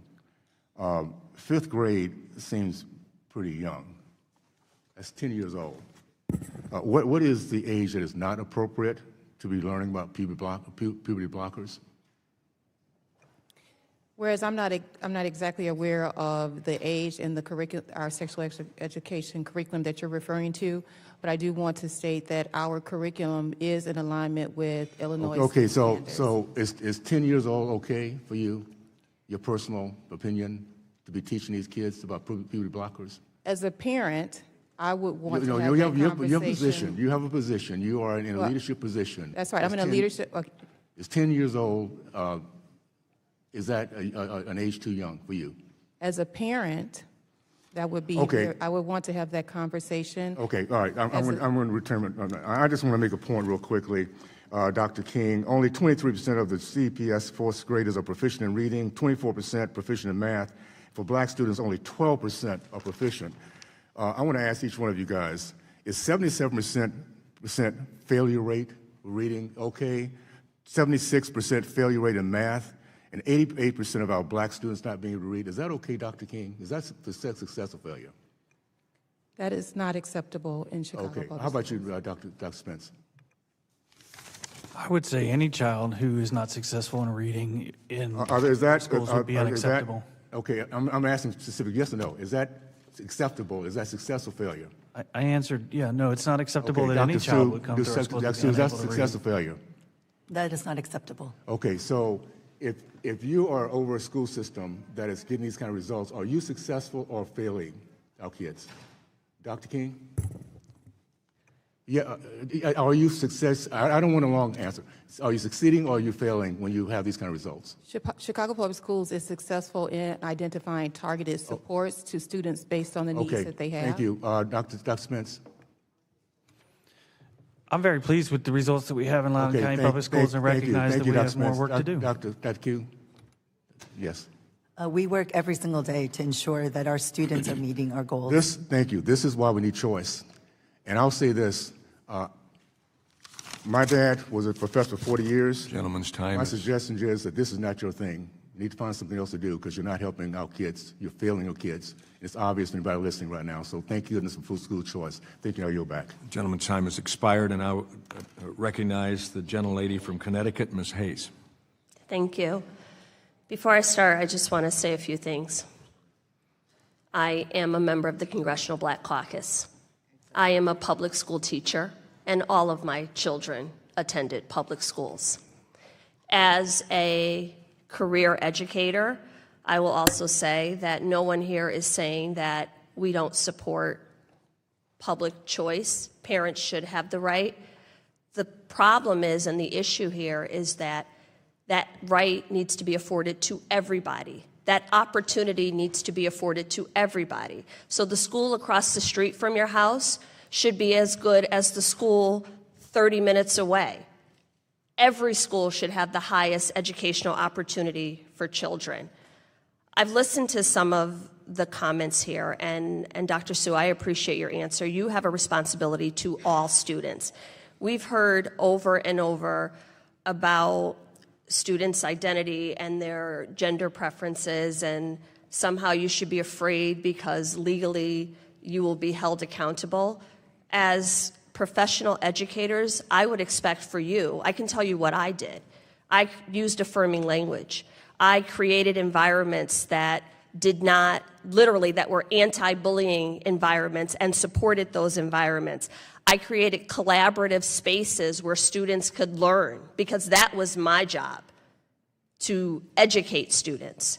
So this idea that, and I was a pretty good teacher, and I don't care how good you are, you can't make nobody gay. I don't know what they think they're talking about, but you're not that good. None of you. You're not going to make somebody be something, but you do have a responsibility to make sure that they can learn.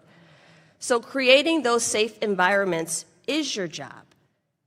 Creating places where students can learn is your job, not engaging in these culture wars and making our schools and educational institutions places, battlegrounds for these culture wars.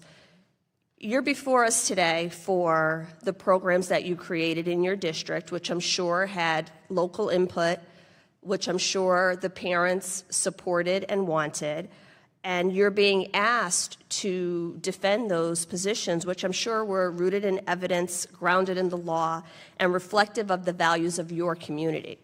This committee talks all the time about decisions should be made at the local level, but I guess that's only if they like the decisions that you make at the local level.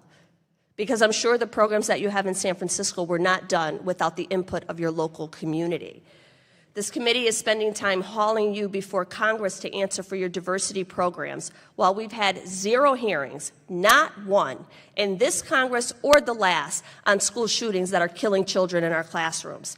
0 hearings on chronic absenteeism. 0 hearings on the mental health crisis that we're facing and the $12 billion in funding that has been cut by this administration from proposed programs that serve students. No hearings on how we can infuse the teacher pipeline so that you have the qualified educators in front of those students in your communities. And that is a choice. It is very deliberate. And if there is anything I can say to you before my time runs out and I ask the one question that I can ask, do not buy into the bull. You know what you do. You're good at what you do. Do not be intimidated by this committee. Do not come in here and change your values or your positions because you know who you work for, and it is the parents and the students in your community. So I appreciate you all coming here and suffering through this, and for a member to tell you that you should find another job, it's probably a reason why he won't be here next Congress. Can you, Dr. King, just in the few minutes, the few seconds that I have left, describe the impact of the Black Student Success programs that were created, and what do you think will happen if those are taken away? How has that helped in the school district? The Black Student Success Plan is a plan that was constructed with community. It was hundreds of community members, and it is a resource and targeted plan to support students that have been historically and systematically void of opportunities. So you didn't come up with this all by yourself? No. No. The community had input. Exactly. The community asked for this. Yes. The community worked with you to create this. It is in alignment with the Illinois law as well. And the community is benefiting from the results. Yes. Thank you, and thank you for doing your job. I yield back. Gentlelady yields. I now recognize the gentleman from Missouri, Dr. Under. Thank you, Mr. Chairman, and thank you for holding this very important hearing. Questions for, first of all, Ms. King, do you believe that biological men should be allowed in locker rooms with biologic women? It's a yes or no question. With all due respect, I'm here to respond to the policies of Chicago Public Schools and our operations. And is it the policy of Chicago Public Schools to forbid biological men, boys, to go into locker rooms with biologic girls? The Chicago Public Schools policy is in alignment with Illinois law. Yes or no? Can boys and men go into girls' locker rooms in the Chicago Public Schools? Yes or no? Any student, gender identity I take that as a yes. Dr. Spence, yes or no? Should biological men be allowed in locker rooms with biologic women or girls? Transgender women should be allowed in women's spaces. That's a yes. So biologic men should be able to go into locker rooms and shower rooms with biologic girls. Federal law requires it, yes. No, it doesn't. Yes, it does. No, Title IX does not. In fact, quite the opposite. Title IX requires you to protect women and girls. Dr. Sue, May I respond? Should biologic men or women, you gave me the yes, you answered my question. Dr. Sue, should biologic men be allowed in locker rooms and shower rooms with biologic girls and women? It is to the best of my knowledge, we follow state and federal law. So you allow, do you have the same interpretation of federal law as Dr. Spence, that men should be allowed in shower rooms and locker rooms with biologic girls and women? In San Francisco, we follow state and federal law. I take that as a yes as well. Dr. Spence, do you believe that we should, quote, weed out texts whose language is not gender neutral and free of stereotypes? I get very concerned when we talk about weeding out any text. I think a variety of perspectives are important. Okay, because back in 2014, that sounds like censorship, right? Weeding out text. But back in 2014, when you were superintendent of Virginia Beach City Public Schools, you tweeted out a picture of the ABCs of Diversity poster. The W encouraged teachers to weed out texts whose language is not gender neutral and free of stereotypes. Do you still believe that? I think I responded. I think that we should have a variety of texts and a variety of perspectives available to our students to read. Do you still believe in weeding out, let's say, I don't know, To Kill a Mockingbird, Heart of Darkness, The Odyssey, The Iliad? Of course not. Cicero? Okay, good.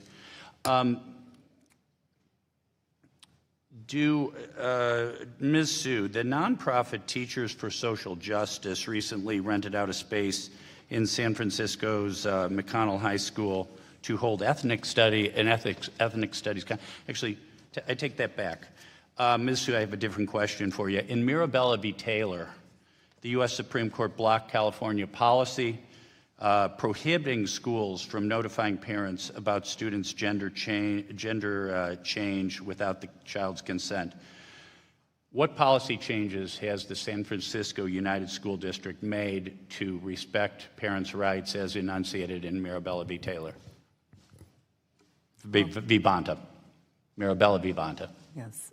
First of all, I'm not a lawyer, but what we are doing, to the best of my knowledge at San Francisco Unified School District, is adjust our practices and ensure that our teachers and educators understand the change in the law, and to make sure that we adjust our practices to be in compliance. So it is your policy now that parents should be notified? We believe that parents are our students' first teachers.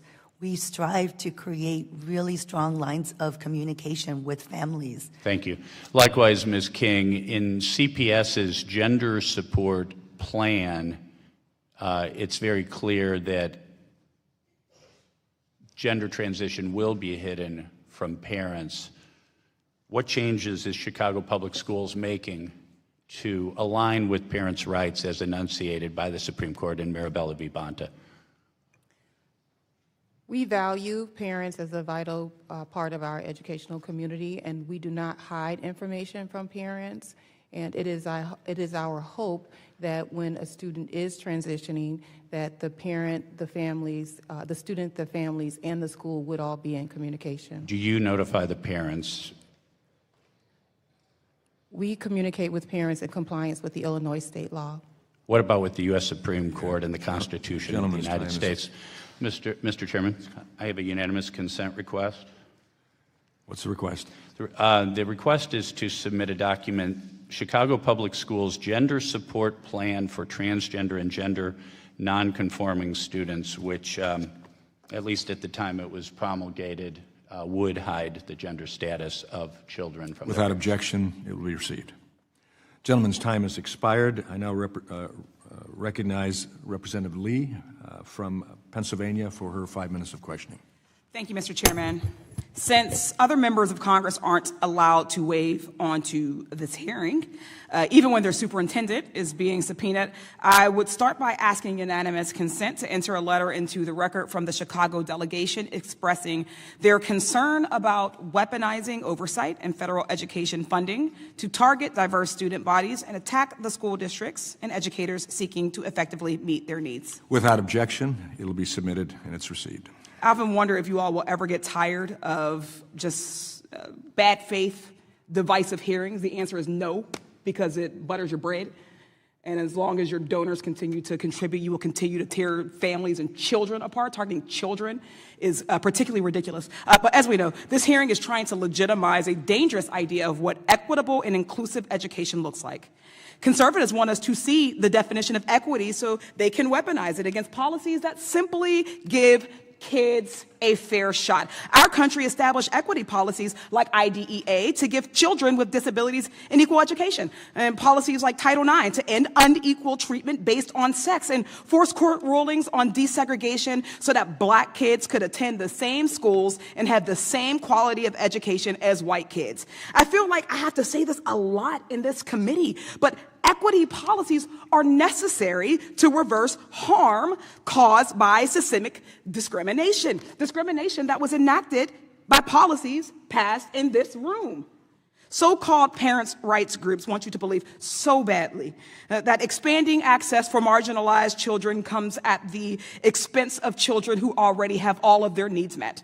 Equity policies are only a threat if your ideals are grounded in white supremacy, if your ideals come from the executive orders of an aspiring authoritarian who posts AI pictures of himself as Jesus or threatens to kill entire civilizations on social media and wants to give billions of our tax dollars to insurrectionists. Let's be clear. This administration's Department of Education already tried to ban diversity, equity, inclusion, and accessibility. It didn't work.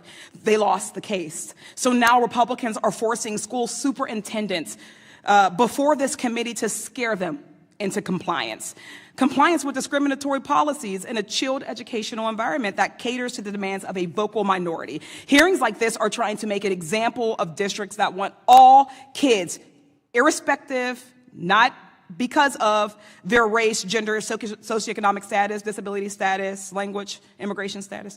And they're counting on the fact that other superintendents and teachers across the country will be intimidated and comply in advance. But when you legislate from a place of actually wanting children to have a quality education where kids are safe and seen, you don't have to rely on fair tactics. Mr. Smith, your testimony points out that students of color make up more than half of students enrolled in public schools.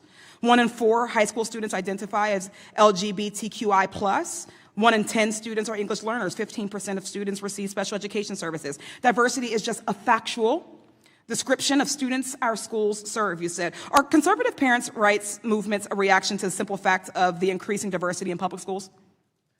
Thank you for the question.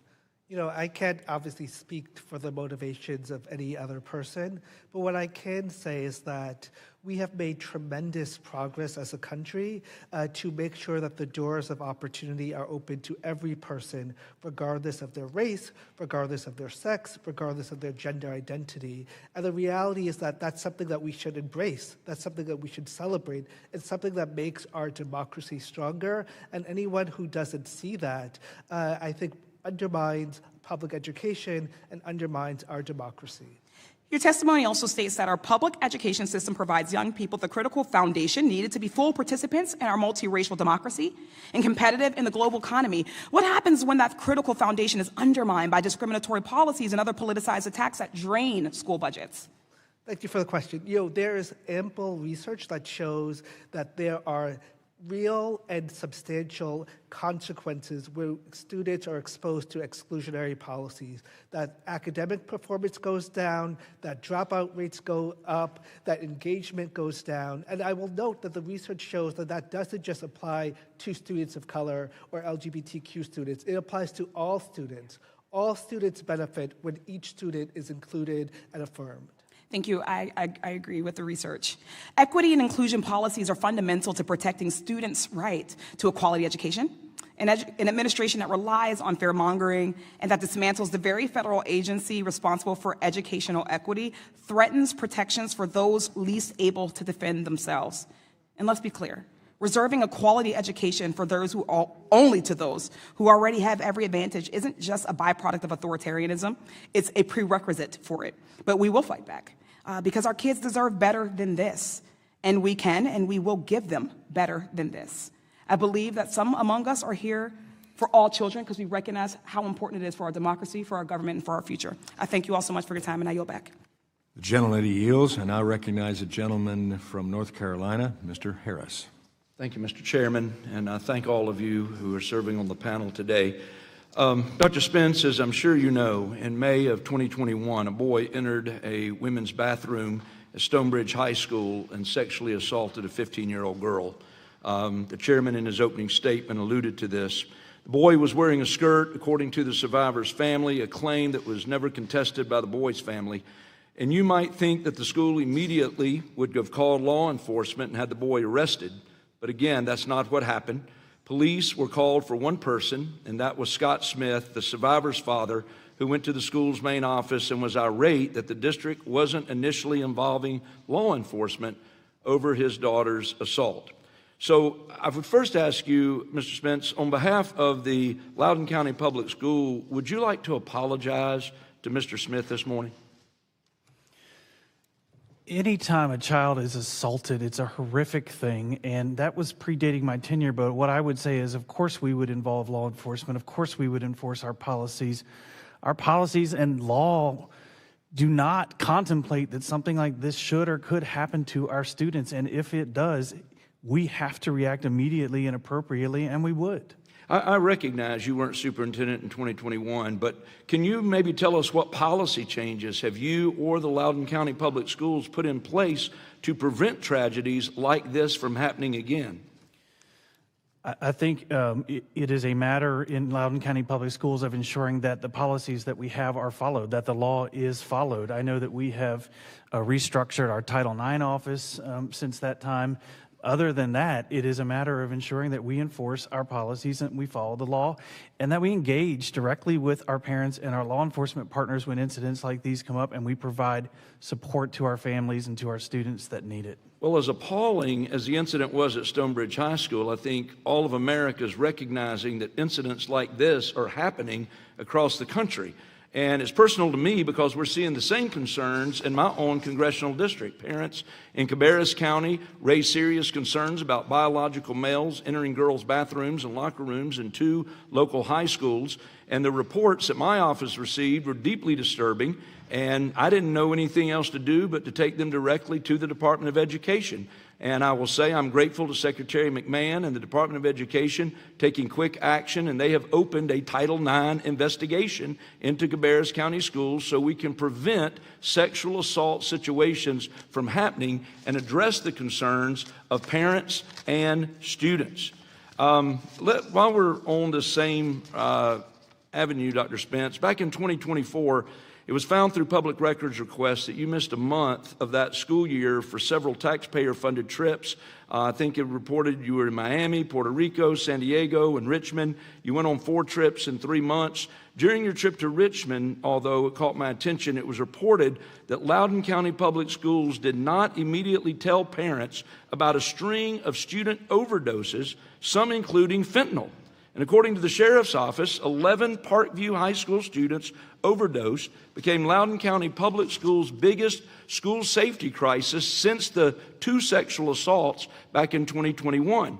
As a result of your failure to notify parents of these overdoses, I understand Governor Glenn Youngkin signed an executive order to immediately notify parents of overdoses.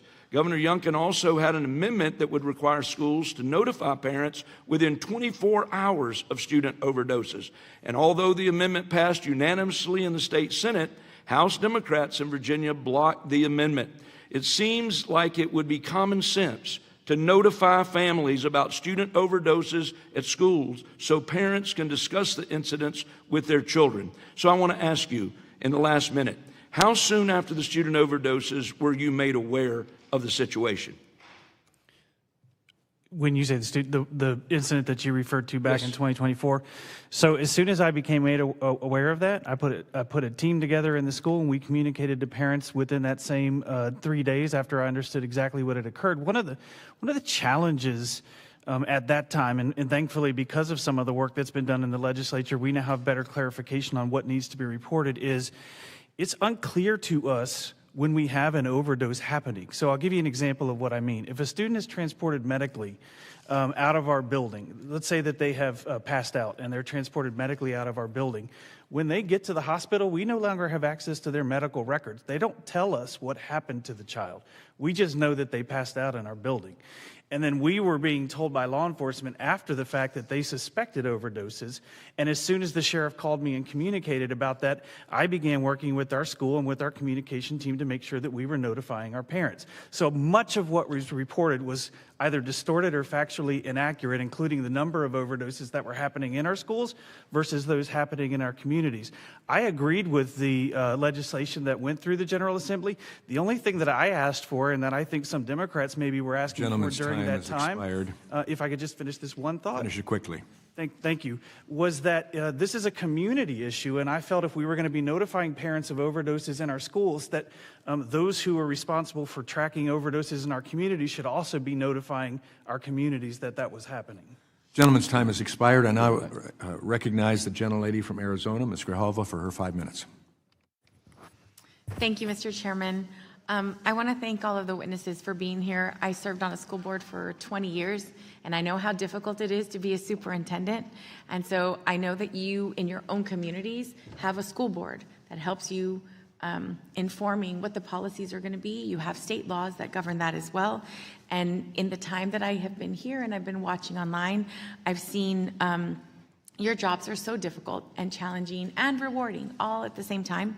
The harassment that you have all experienced here is completely unacceptable. So I would like to apologize to you for how you have been treated by some of these members. You represent an incredibly diverse student body. 90% of the students in my district in Arizona attend public schools, and I'm sure that those numbers are similar in your communities. So thank you for all you continue to do to support the children of our nation.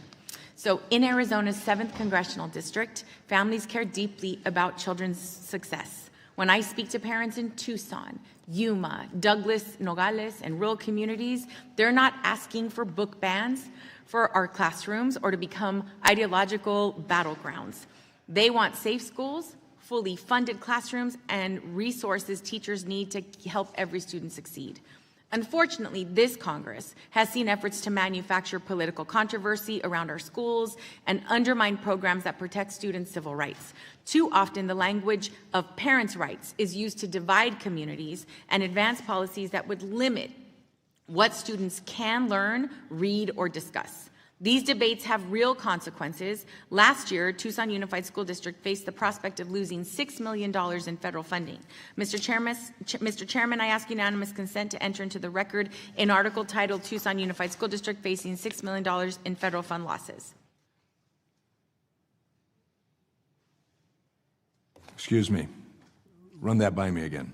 It's to put, okay, I'm going to watch the time. I'll do it at the end. So when schools are pulled into these culture wars, the costs are real, diverting billions nationally from classrooms and making it harder to recruit and retain educators. In Arizona, our diversity is our strength. We should be focused on academic recovery, chronic absenteeism, and student mental health, not attacking school leaders working to ensure every student feels safe, supported, and included. Before I turn to questions, I want to share an experience of a young Arizonan.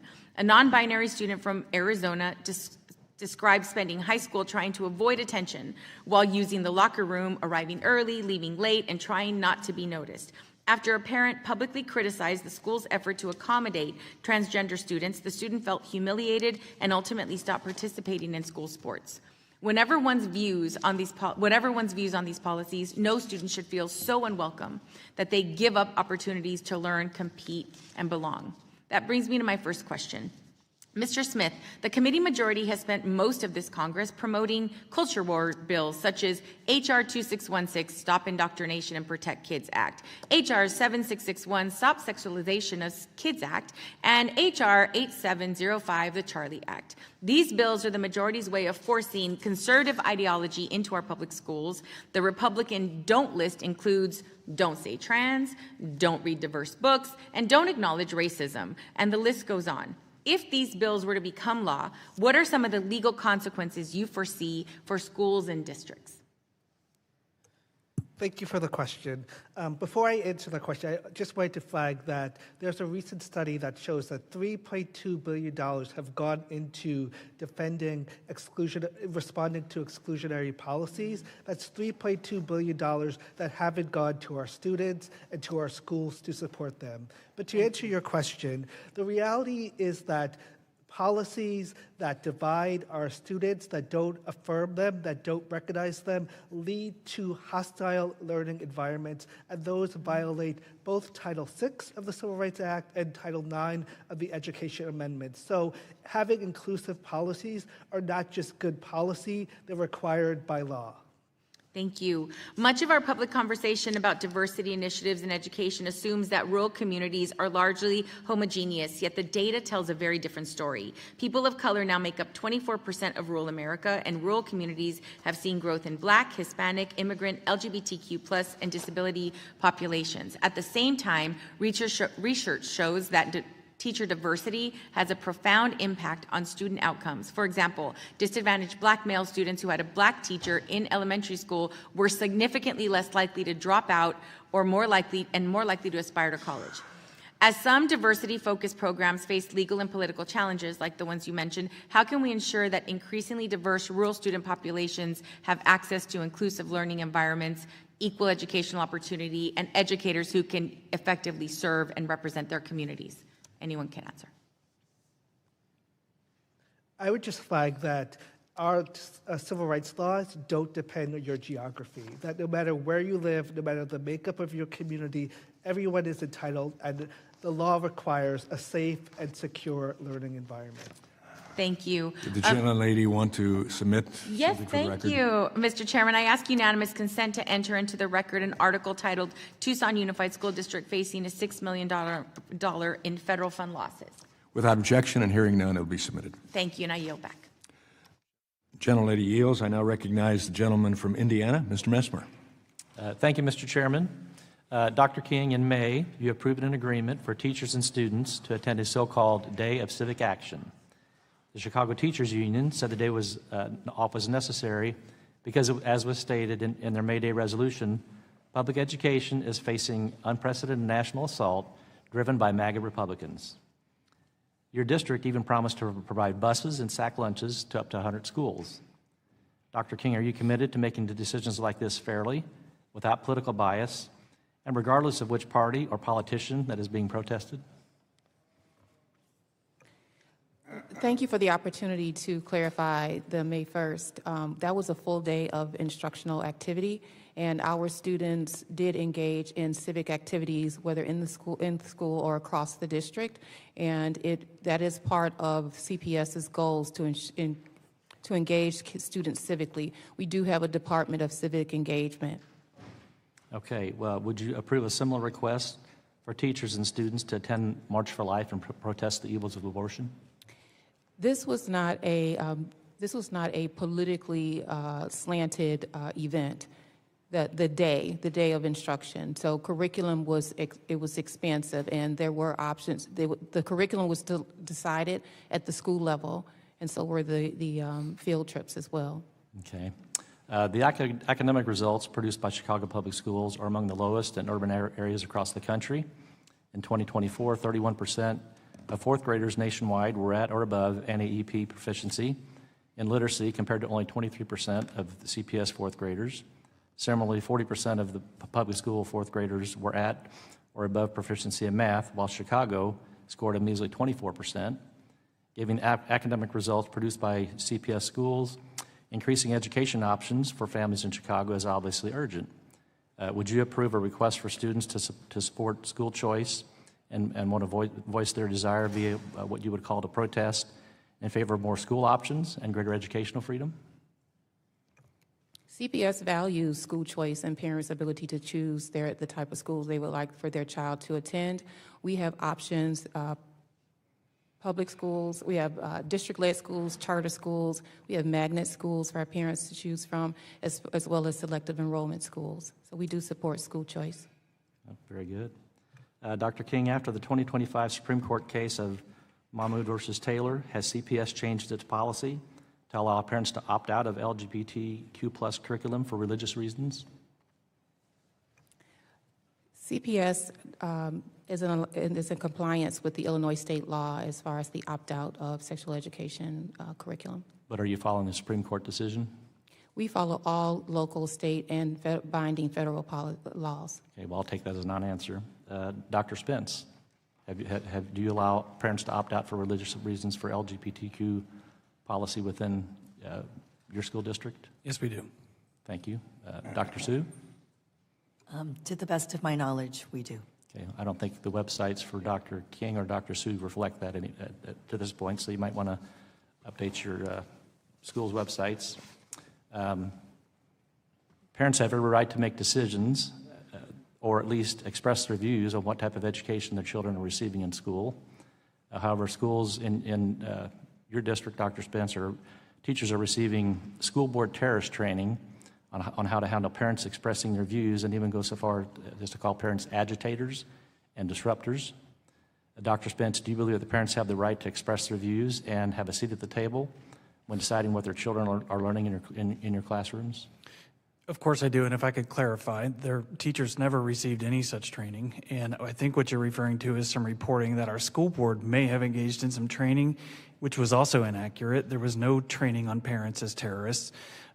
Just to quickly clarify, under Virginia Code, when a school board goes into closed session, part of the language of going into closed session is about terrorist activity. They read the language of going into closed session for the purpose of a safety and security training, and that reporter interpreted that as talking about parents as terrorists.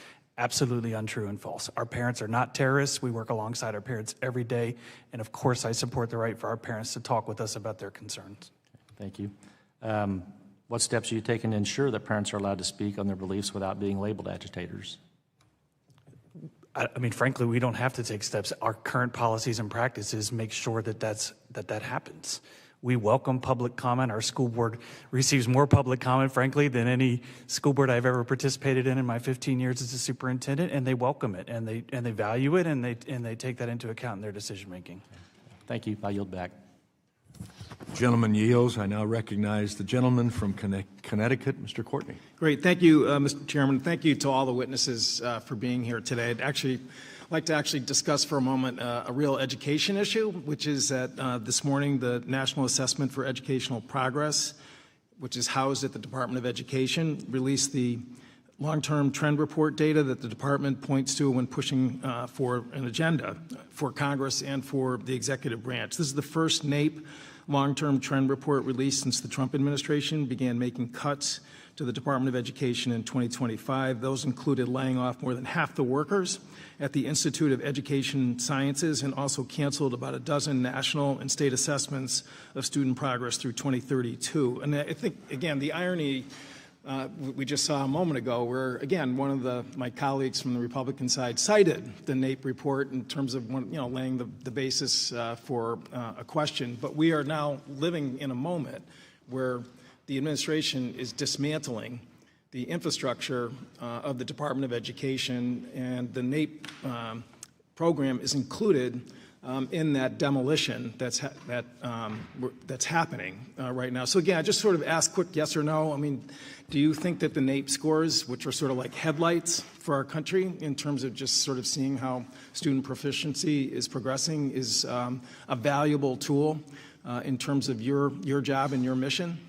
And I'll start with you, Superintendent Sue. Yes. Superintendent Smith? I think the NAEP scores as a bellwether for the nation certainly are helpful in terms of understanding our trends. And again, is it Mr. Spence? I think I asked. Sorry, I apologize. I thought you said Dr. Spence. I answered out of turn. I apologize. Superintendent Smith. I'm not a superintendent, but I Okay. agree with your question. Yes, and thank with you. your statement. Yes, and Dr. King. Yes. Yes. So again, the test results showed that younger kids, this morning's results showed that younger kids actually did show some signs of improvement. Middle school math scores kind of had plateaued and still below pre-pandemic. Again, part of the agenda that we're seeing from the administration is to collapse a lot of the grant programs that have been around for quite a while, including magnet schools, which was mentioned earlier, and putting it into a mega grant program, which would be sort of a battle or thunderdome where competition in terms of scarce dollars would be happening. Again, if we're going to really, as a nation, get serious about giving kids proficiency in math, I mean, is that the right policy? Is just to, again, sort of create this Hunger Games in terms of federal assistance that I assume a lot of your school districts really rely on. So again, I'll start with you, Dr. King. No, the best way to provide the supports that our students need, especially like in Chicago, a district as diverse, is to provide resources and support, targeted resources and supports to students based on their needs. Great. And Dr. Spence? I think the federal government's role in education has always been to level the playing field for students, to provide school districts with resources to meet students who are traditionally struggling in our schools, looking at, for example, our English learners, our special needs students, funding through Title I. I think that's an invaluable role, and I think critical that not only the funding but the expertise that comes with that funding remain in place. Great. And Mr. Smith? Again, I'm not a superintendent, Right, but I what understand. I will say is that federal law requires that school districts take steps to make sure that all students can succeed. And I would concur with that. I would also strongly recommend that the federal government continue to support school districts to serve our children with special needs. Thank you. I mean, again, when we're talking about math scores, we're really talking about the 21st century right now in terms of the skills that young people are going to need to succeed in life and to, again, watch an administration with no authority that's ever been granted by Congress to dissolve the Department of Education. That was created by an act of Congress in 1979, and we're here today where, again, just by, this random decision-making that's happening in the Secretary's office, we're seeing programs just created with, if anything, at the least uncertainty and in some instances elimination. That really, as a country, is really going to haunt us in the future in terms of where our workforce is going to be. So thank you all for the great work that you do and for your testimony this morning. I yield back. The gentleman yields. I now recognize the gentleman from Florida, Mr. Fine. Thank you, Mr. Chairman. I want to start with Chicago. You spend 55% more per student than the national average, and since 2019, you've increased your bureaucrats by 15%, while your student enrollment has dropped by 9%. So massive increase in employment. Despite that, whether it's fourth graders or juniors, only 1 in 4 of your students is proficient. So my question for you is this. You said at that May 1st event was not a politically slated event. That's the quote that you said. But I have right here the permission slip that folks were expected to sign. And the permission slip says students will engage in political advocacy. So do you want to change your testimony to this committee about it not being a politically slated event? No, I do not. I'm not familiar with the field trip that you're holding up. And will you commit to investigate this permission slip where the parents had to sign something saying you're going to will engage in political advocacy? Will you commit to investigate this and hold them responsible since you represented to us it was not a politically slated event? I will commit. Great. Next thing I want to do, since again you don't seem to know what happened on that day, Here is one of the non-politically slated events. This is a student, one of your students, transported on a taxpayer-funded bus, equating the President of the United States with Hitler. The sign literally says, "The Trump fascist regime must go now." Would that qualify as not a politically slated event that this student went to during class time when he should have been learning? This is not a politically slated event? I'm not aware of that student and that poster being connected to the Okay, then let me ask you this. If you grant that what I'm saying is true, I understand you're going to plead ignorant, but if what I'm stating is true, would this be a politically slated event? We do not support or condone. That's not my question. Would this be a politically slated event? Would the information you gave to the committee be incorrect? Maybe you didn't know. I'll grant that. But would you agree, if what I'm saying is true, that the information that you gave to this committee was false? If what you're saying is true and was reported, Chicago Public Schools would investigate. Great. And will you commit to investigate this as well? I'm not familiar with that. Will you commit to look into it? If you could give me more details. We will. All right, great. I'm going to take that as a yes. I want to move on to Loudoun County Public Schools. Dr. Spence, do you use the women's restroom? Of course not. Why not? Because I would never use a woman's restroom. I'm a male. Because you're a man. Wow, that's a great thing. So why do you think men should be able to use the restroom in Loudoun County Public Schools? I don't. Okay, but they do. They do, and we've got incident over and over. Look, I could say I'm an NBA athlete. That doesn't make it true. Yeah. You allow men to use the women's restroom over and over and over again. And you can argue insanely whether that's okay or not, but I have a question. In 2025, you had an issue where a man went into, or a woman went into the restroom, and 3 boys that were there were unhappy about it because they were being recorded. Initially, the boys got in trouble. The girl, who was pretending to be a boy, did not. Why did the girl pretending to be a boy who filmed boys in their restroom, why was there no discipline for that student? Why did the people complaining about the girl coming into the boys' restroom get in trouble, but not the girl who was filming? Not even saying whether they should go in the bathroom or not, but they were filming. It's on film. Why did that student not get in trouble? Sure. So, challenging for me to discuss the specifics of it, but if you'll allow, challenging for me to discuss the specifics of individual student discipline, as you would understand, but I'm going to say broadly 2 things. One, what you've stated is factually inaccurate. Did the girl not film the students? That's wrong? There was no filming? That's not what I'm saying. I'm asking, was a student filming other students, and is that allowed in your school district? Let me say this broadly, in general. Our policies do not permit filming in our Okay, so restroom. when a student did it, why did that student not suffer any disciplinary conduct for doing that? Again, factually inaccurate. What I would say is, so you're saying that student was disciplined for filming those other students? I'm not going to talk about specific. Understood. I wouldn't talk about it either if I was you. Here's my other question. The 3 boys got in trouble initially. 2 of the boys were Christian. 1 of the boys was Muslim. Magically, the 3rd boy, the Muslim boy, charges dropped. The 2 Christian boys were persecuted. How did you justify that decision?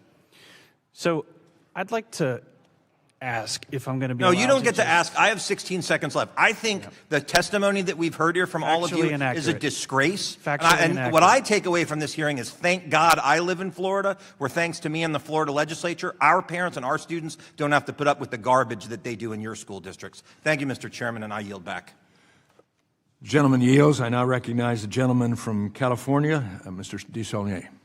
I'd like to start with Mr. Spence. Do you want to respond, take a little of my time to respond to any of the previous comments? I appreciate that, and I'll try to be brief. I just want to communicate clearly.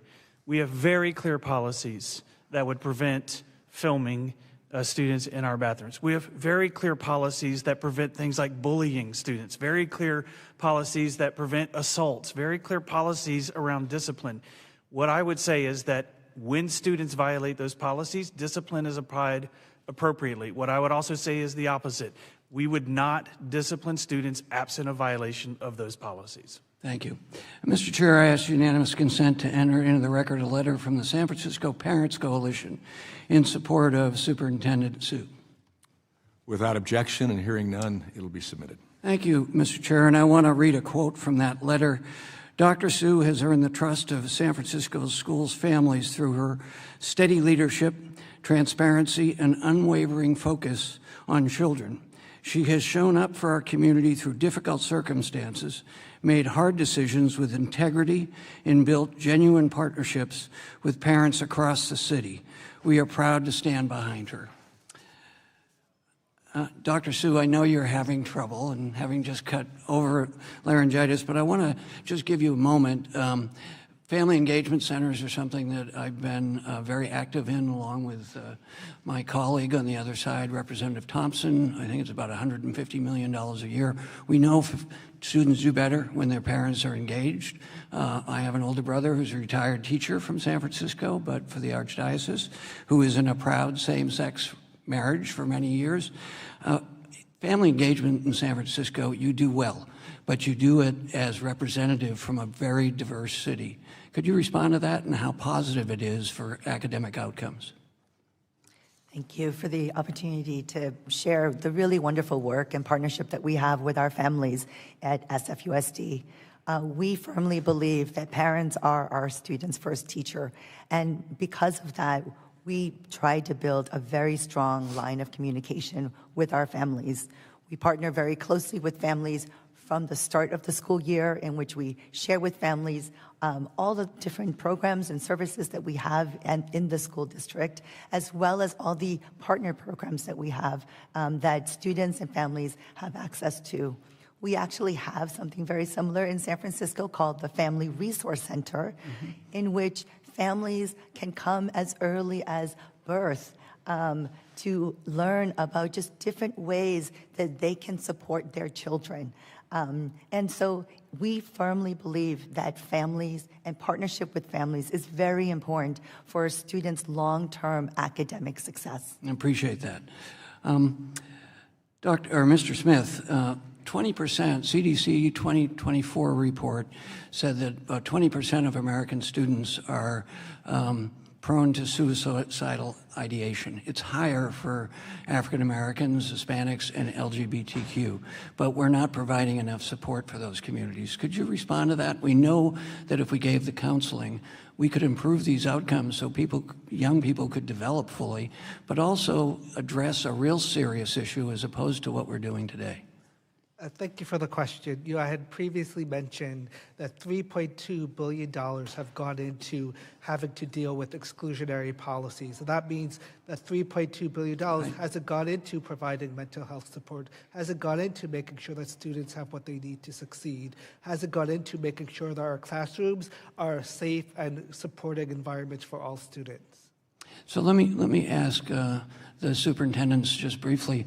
If we had the money we promised when Gerald Ford signed IDEA, and this is one of the protected classes the Department of Education is supposed to protect, what could you do with that as opposed to spending money on silly things like this? Maybe Dr. Sue, you could start.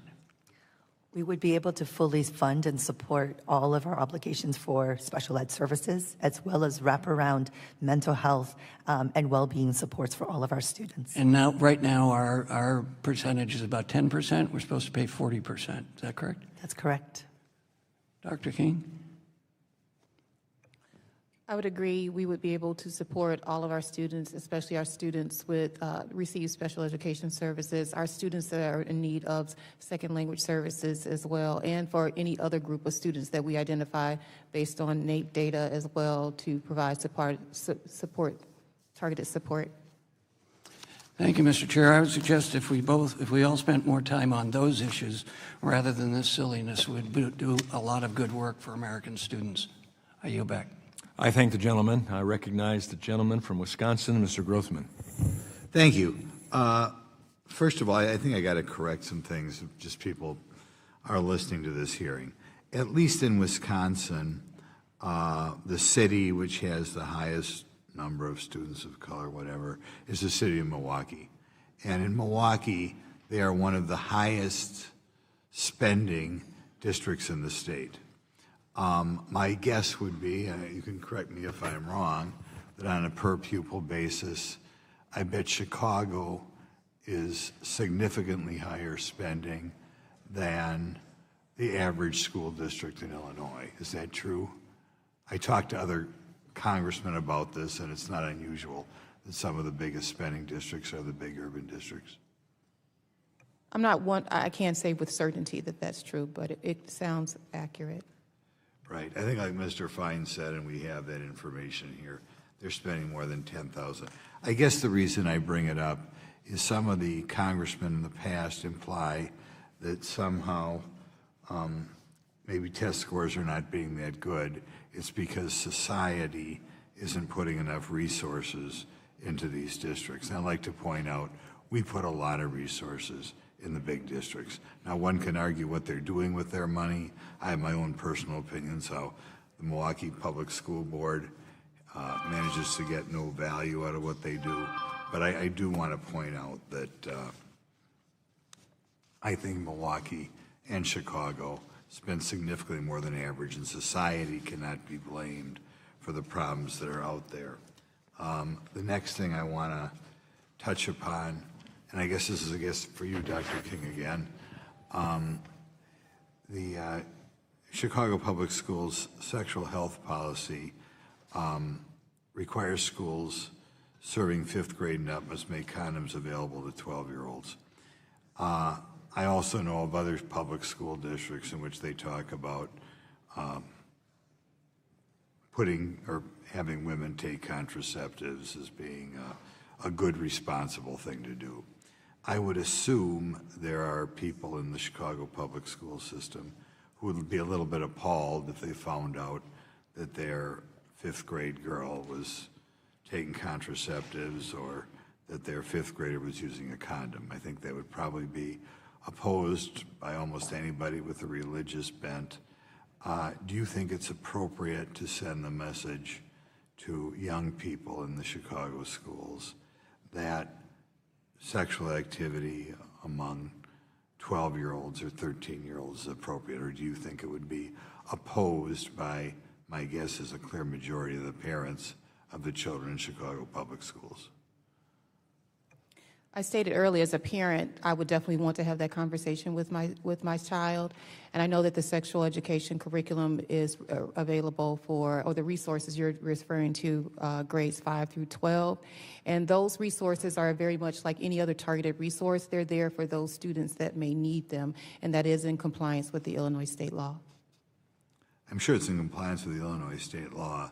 The question, though, is, do you believe a significant number of parents would object to that that value system that's being imparted in Chicago public schools? I can't speak specifically for parents, but I can say that I have not heard from any parents and that are in opposition to the curriculum and the resources being made available. Okay, Thank you.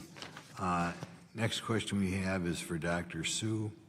In June of 2024, because of a public records request from Defending Education, it uncovered professional development documents from SFUSD defining and criticizing characteristics of white supremacy culture.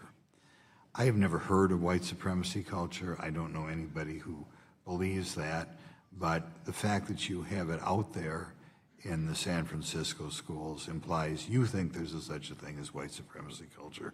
Can you give us a little 30 seconds on what you believe white supremacy culture is? Or do you believe is it a problem in San Francisco? The incident that you're referring to happened before my time as a superintendent. I've joined the school district 18 months ago as superintendent of San Francisco, and I've spent my time focused on serving the 49,000 students Thank that you. we serve. Just one final comment. In my district, I think I have a significant number of people of a Hmong background who are succeeding wildly well. Some people from India, I got a little mosque of people from Pakistan. One thing I notice is that it seems the immigrants, particularly the immigrants of color, do far more than the native born. And it bothers me, given that we have school districts imparting to the kids some idea that we have, that it's difficult or we are mistreating people from areas other than Europe in this country. Thank the gentleman. His time has expired, and I recognize the gentlelady from Minnesota, Ms. Omar. Thank you, Chairman. I want to talk about the Republicans' long-standing battle against policies of equity, equality, and their absolute refusal to acknowledge the events of history that are impacting us today. Conservatives would have us believe that tragic policy disasters like school segregation are a relic of the past. But here are the facts. Republicans have found that researchers have found that in 100 largest school districts, segregation of white and black students has increased by 64% since 1988. I know this well because of my home state of Minnesota has developed some of the largest racial gaps in the country. The Twin Cities has 182 deeply segregated schools where more than 90% of the students are non-white. As a result, it has the third largest black achievement gap and fourth largest Latino gap compared to their white peers. And these gaps have a ripple effect that echo through the lives of our nation's students. Students in segregated schools are more likely to drop out, not to go to college, and earning less often in their lifetimes. They also have higher rates of incarceration and poor health. It doesn't have to be this way. This is why it is so insidious that Republicans want to ignore how we got here. Because I know my history. I know that after Brown versus Board, but before Title VI, states continued segregating schools by denying funding, rerouting public dollars to create private schools for white children. I know it was only with the dedicated enforcement of civil rights laws that we began to see the promise of equal opportunities. And I know that over the past decades, we began to move away from prioritizing school desegregation and towards privatization. And now we have the Republican Party that is eager to repeat that history. We are again seeing the rerouting of public dollars to private schools. We are again seeing the Department of Education that refuses to address civil rights of black students. And we are now dealing with an administration that has turned Title VI into a weapon against the very civil rights programs it was created to enforce. Mr. Smith, I have a hypothetical question for you. If a school district has the data showing that black students are disciplined more than white students for the same behavior, or that black students are systematically tracked away from advanced courses, and the district does nothing in response, is that district in compliance with Title VI? Definitely not. When I was at the Justice Department, we actually released guidance to make it clear that such policies would violate federal law. Thank you. Does ignoring a documented racial disparity make a school district legally safe or legally exposed? School districts are legally required to make sure that all students, including students of color, have an opportunity to learn and succeed. If the federal government then turns around and attacks that school district's policy to correct this disparity, what does that tell you about the administration's civil rights priorities? It tells me that they have as you just said, that they have weaponized our civil rights laws against the very communities that they were designed to serve. Thank you so much. Since Republicans are so focused on parental rights, and I will say we, as parents who have school children, always have the right. We always have the right to decide what information our kids are receiving. If you do not want your children in sex ed, you are the parent who signs that off. Ms. King, Dr. King, am I right or wrong? Do parents have the permission slip where they sign if their kids can attend those classes? You are absolutely right. Parents have access to the curriculum in advance. They're notified and they have the right to opt out. Yes, because I have opted my kids out because I am the kind of parent that wants to have the responsibility of educating my kids about the kind of information they should receive. And so this idea that we continuously argue about the fact that parents are losing their rights in these school districts is ridiculous. And it is wrong, it's falsehood, it's creating panic, and it's giving people the information that is wrong from the leaders of this country, and this Republican Party needs to stop with the misinformation that they are constantly providing, because it is not making us better, it is not making us more educated, and it is not making our kids more safe. Thank you, and I yield back. The gentleman yields, and I recognize the gentleman from California, Mr. Kiley. Thank you, Mr. Chair. Superintendent Sue, thank you for being with us today. I've been pretty critical of San Francisco Unified in the past. But I actually think there's been some encouraging changes lately, and you're relatively new to your role, so I thought maybe you could shine some light on that. But just for context, back in 2022, there was a pretty remarkable event where the majority of the board of San Francisco Unified was recalled from office, or at least 3 members were recalled from office with over 70% of the vote in San Francisco. And so there were a lot of issues. This was during the school shutdowns when San Francisco Unified was shut down as long as basically any district in the country, while they were refusing to operate in open schools. When schools across America were open, the board was focused on things like renaming schools, such as taking Abraham Lincoln and Dianne Feinstein's name off of school sites. You also had a budget situation that was deteriorating to the point where the state actually had to take over spending decisions for the district. There was a decision made to ban algebra from middle schools under a deeply misguided notion of equity. There were persistent achievement gaps within the district. Literacy had been taught in a discredited, scientific basis for years. And then there was a homegrown so-called ethnic studies curriculum that was widely condemned for anti-Semitism and for glorifying violence. But there have been some very good changes on all of those items in recent years. So maybe we can start with algebra. Are we teaching algebra again in San Francisco Unified? Yes, we are. So yes, we brought back algebra for our 8th grade students who meet the qualifications for it. And why was it brought back after being banned?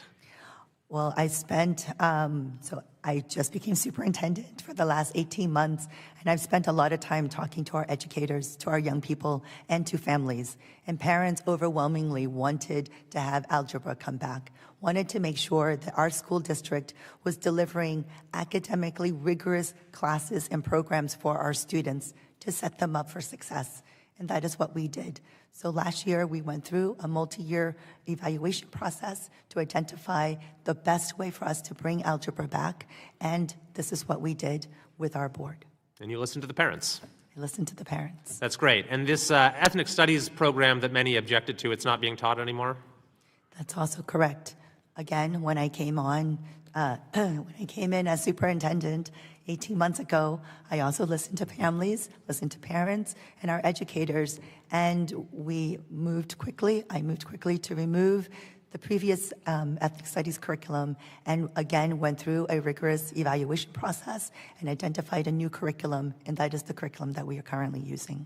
Well, thank you for doing that. And in literacy, we're teaching phonics again?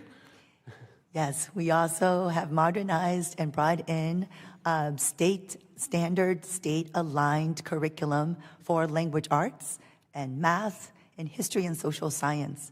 As I shared earlier, we are seeing for the first time in a decade statistically significant improvements in our students' reading scores.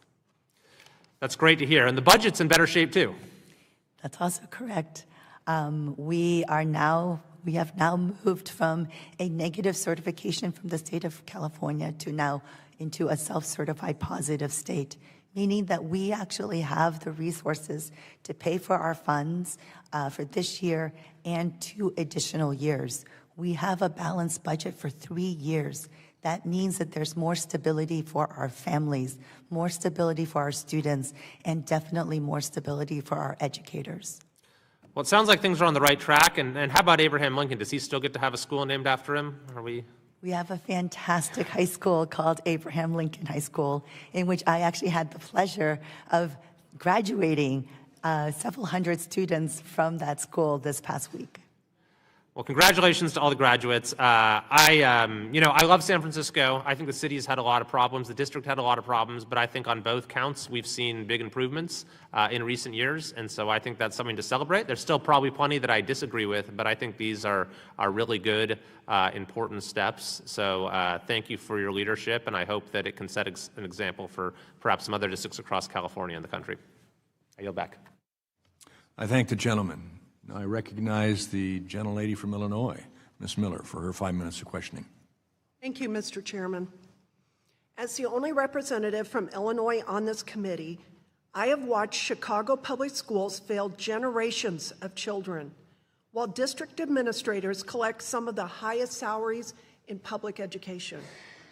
Last year, Dr. King told CBS she was entering her position as superintendent with, quote, a sense of transparency and accountability.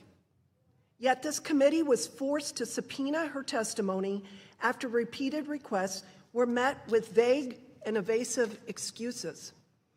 Dr. King, transparency and accountability shouldn't require a subpoena. CPS has shown it is far more interested in sidelining parents and advancing radical gender ideology than ensuring students can read, write, and perform math at grade level. Beginning as early as first grade, Chicago students are required to take lessons on gender identity. By fifth grade, students are being instructed on puberty blockers. CPS's own, quote, supporting gender diversity toolkit encourages teachers to socially transition children at school while keeping parents in the dark. One CPS teacher lamented that it was the most unethical aspect of her career. Mr. Chairman, I ask unanimous consent to enter into the record an article dated August 23, 2021 from defendinged.org entitled Chicago Public Schools Require Teachers to Deceive Parents About Their Children's Newly Declared Gender Identities. Without objection, hearing none, it will be submitted. Thank you. It is clear that teachers and parents who hold traditional views on marriage, family, and sexuality are expected to fall in line with the district's preferred ideology. So, Dr. King, I'd like to ask you about parental rights and inappropriate content in your schools. In fact, America First Legal filed complaints with the Department of Justice and Education alleging FERPA violations. Why is CPS violating FERPA by socially transitioning children without parental knowledge or consent? I want to say first that Chicago Public Schools values parents' input, and they are critical in the success of their children. Okay, but hiding things from parents is not valuing the parents. We do not. Please answer the question. We do not hide information from parents, and I do want to say that it's in your own materials, ma'am. We follow. I understand that I do agree that parents should have access to they always have access to their students' records. And they also have the option to, they are able to talk to their teachers, administrators. We do not hide information. I think what you're referring to is the balance that CPS has to strike between student privacy and then and complying with the Illinois state law. And it is our goal to always work with our students, families, and schools. We hope that those conversations are happening. Okay. This is why you're being investigated for violating FERPA. Why is CPS violating Title IX by issuing guidance that allows boys in female-only spaces? I am not aware of CPS not This is a huge national issue. This is a bipartisan issue. Americans do not want males, boys, or men in the girls' private spaces or their athletics. President Trump issued an executive order on it. Chicago Public School is violating Title IX by issuing guidance that allows boys in female-only spaces. I'm sure you're familiar with the Supreme Court's Mahmoud decision that allows parents to opt their children out of reading LGBTQ, and then you guys all say IA, 2S+, themed storybooks in elementary classrooms. Your district's, quote, supporting gender diversity toolkit makes no mention of Mahmoud or its protections for parents. Why is CPS omitting Mahmoud in its public-facing materials? CPS is in compliance with all local, state, yes, and but you are, law. for the parents, you are not, in your public-facing materials, you are not informing parents that they can opt out of these programs. And I do believe parents are unfortunately the last to know when there's creepy things done like this in the schools. These curriculums are clearly in violation of President Trump's executive order to end radical indoctrination in public schools. When will CPS come into compliance with President Trump's order and stop teaching hypersexualized curriculum? CPS is in compliance with all local, state, and binding federal law. And I do want to say that our parents, our schools are led by parents. We're the only parent governing board, local school councils, and it is at the local school council. It is a fact that you are hiding materials from the parents, and you're going to have to answer for your FERPA violations. Thank you, and I yield back. The gentlelady yields. I now recognize the gentlelady from Michigan, Ms. Maqculine. Thank you, Mr. Chairman, and thank you all for being here today. I really appreciate your time. I think we all want the next generation to grow up in a good, safe environment, correct? Anyone disagree? Okay. Mr. Spence, or Dr. Spence, excuse me, I'd like to start with you. Can you share with me what your school's policy is on videotaping in private spaces? Yes, that's not allowed. It's not allowed. What would be the punishment for such behavior? I mean, there's a range of punishments up to and including long-term suspension. Give me some ranges. Sure.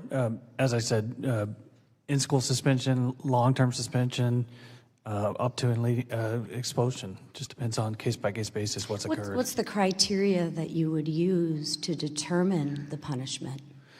So we would look at sort of from a progressive discipline standpoint, for example, what was videotaped, whether or not. What would be acceptable? Again, nothing's acceptable in terms of videotaping. Okay, so students aren't supposed to have access. You to have a those policy devices like at no all. videotaping allowed whatsoever, right? Right, of other students, correct. Okay. Could you ever see a realm where people that got videotaped would be the actual perpetrator, the people that actually were videotaped were the problem? Could you ever see that being a problem? So no. Good, thank you. I know where you're Let me going, ask you a but couple questions no, since sure. you said Let's no. I ask those appreciate questions. that. Let's go on to a specific instance that happened in May 2025. 3 boys at Stonebridge High School complained to the administrators that after they were filmed by a biological female in the boys' locker room, which you clearly stated is unacceptable, and you can't see a scenario that would be a problem. Could you tell me what your school's response was to that?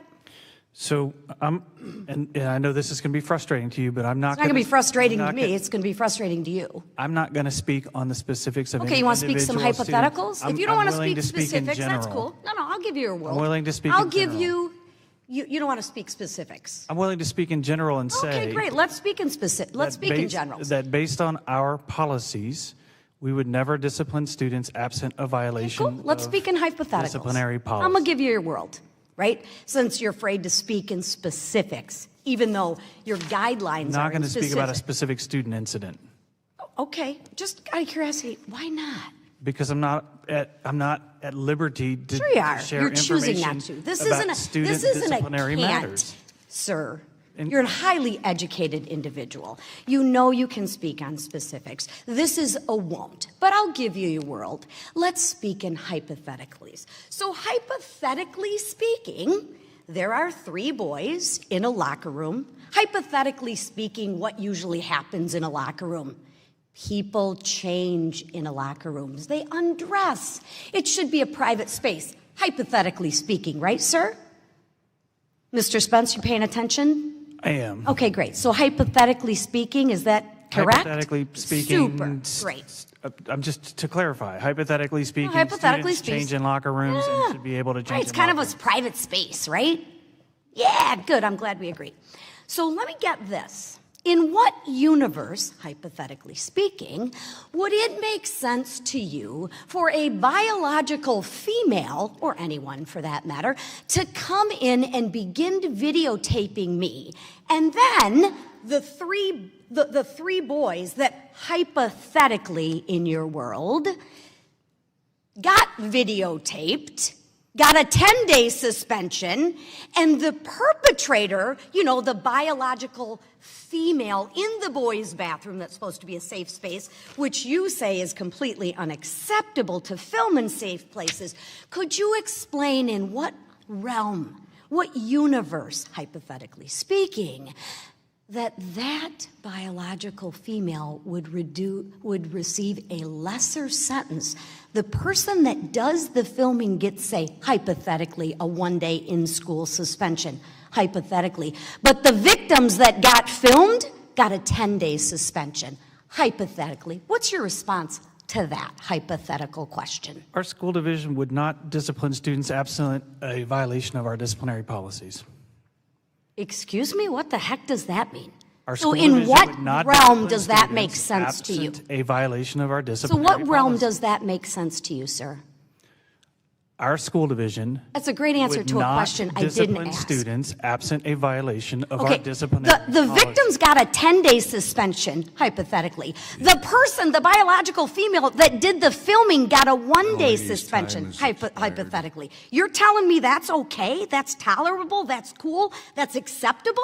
As I said before, our school district would You're not discipline weak, students. you are extremely weak, pathetic, and thank God my children didn't go to your school. I disagree with your characterization. You can disagree Gentlelady's hypothetically. time has expired.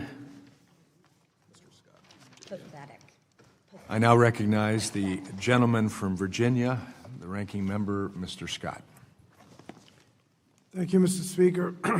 Dr. Spence, you've been asking a lot of questions about the legal liability of schools for recognizing trans students based on how they identify, and you were cut off when you were suggesting that that was the law in Virginia. Were you referring to a Fourth Circuit Court of Appeals case coming out of Gloucester, Virginia?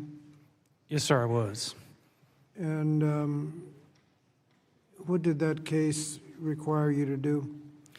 So the case that we're talking about is in the Fourth Circuit Court of Appeals, Grimm versus Gloucester. With no ambiguity, Grimm versus Gloucester requires us to allow transgender students to use the private spaces, bathrooms, and locker rooms of their consistently identified gender. Thank you. And Mr. Smith, you're a lawyer. Can a presidential executive order invalidate a Circuit Court of Appeals precedent? Definitely not. Thank you. Let me change. Is there any question in your mind as to whether or not an executive order can overturn the Circuit Court opinion? Any question? There's no in your question mind? about that. Thank you. Executive orders are No not question law. in my mind either. Let me change subjects. And Dr. Smith, you indicated that 6 of your schools were in the top 20 in the Commonwealth, and the others have indicated that their schools were improving. What matrix were measured for that status? And just generally, what are you doing to improve education and eliminate achievement gaps? And how can the federal government be helpful? Thank you. I'm afraid I would take all of your time if I respond to this in detail. I would say, in general, the metrics are based on aggregate student achievement across the 4 categories that are measured on our standardized testing program in Virginia.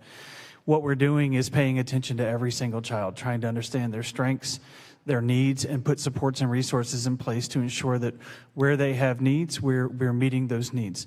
Talking with our families, talking with our teachers about what resources our kids need, and making sure we put those in place so that we can continue to move the needle forward for our kids. Our goal is that our kids thrive. And how can the federal government be helpful? As we've talked about before, I truly believe the funding mechanisms that the federal government has behind education in the country, special education, English learners, some of our most marginalized populations socioeconomically who are funded, our schools are funded to support them through Title I. All of that matters. The expertise, specifically, for example, around special education compliance that used to be in the Department of Education, but unfortunately seems to have been gutted. We need that sort of support in our schools. And I think the federal government engaging in these kinds of dialogues about what happens in our schools matters, and I think that we should be focused, as has been said a number of times in here, on the things that are really important and critical to us. The looming teacher shortage in this country, what's happening with literacy, what's happening with numeracy, and how we are attacking those. And, the federal government bringing together the collective expertise of researchers and educators across the country and saying, what are the best practices in pedagogy that are going to really improve outcomes for our kids, and identifying that. We have a What Works database that was developed by the federal government that says, here's the very best practices in education, and if you do these things in your schools, you're likely to impact kids in a positive way. That's the sort of leadership we look to from the federal government. Thank you, and we're disbanding IES. Dr. King, can you say what we could do to be helpful to help you improve education and reduce achievement gaps? I would say fully fund our schools. That is what is most needed in this time, and to work with our state and the federal government, work with our state legislatures to ensure that there is clarity around the laws that are in question today. And I would also say to make our students the center of the decisions and the focus, as opposed to some of the other top focuses that come up. And what would the money be used for? Our money would be used to target those students' needs that we have. If there's students that are receiving special education services, allow us to target that. The cost of educating children today has increased substantially, whereas the funding sources have not.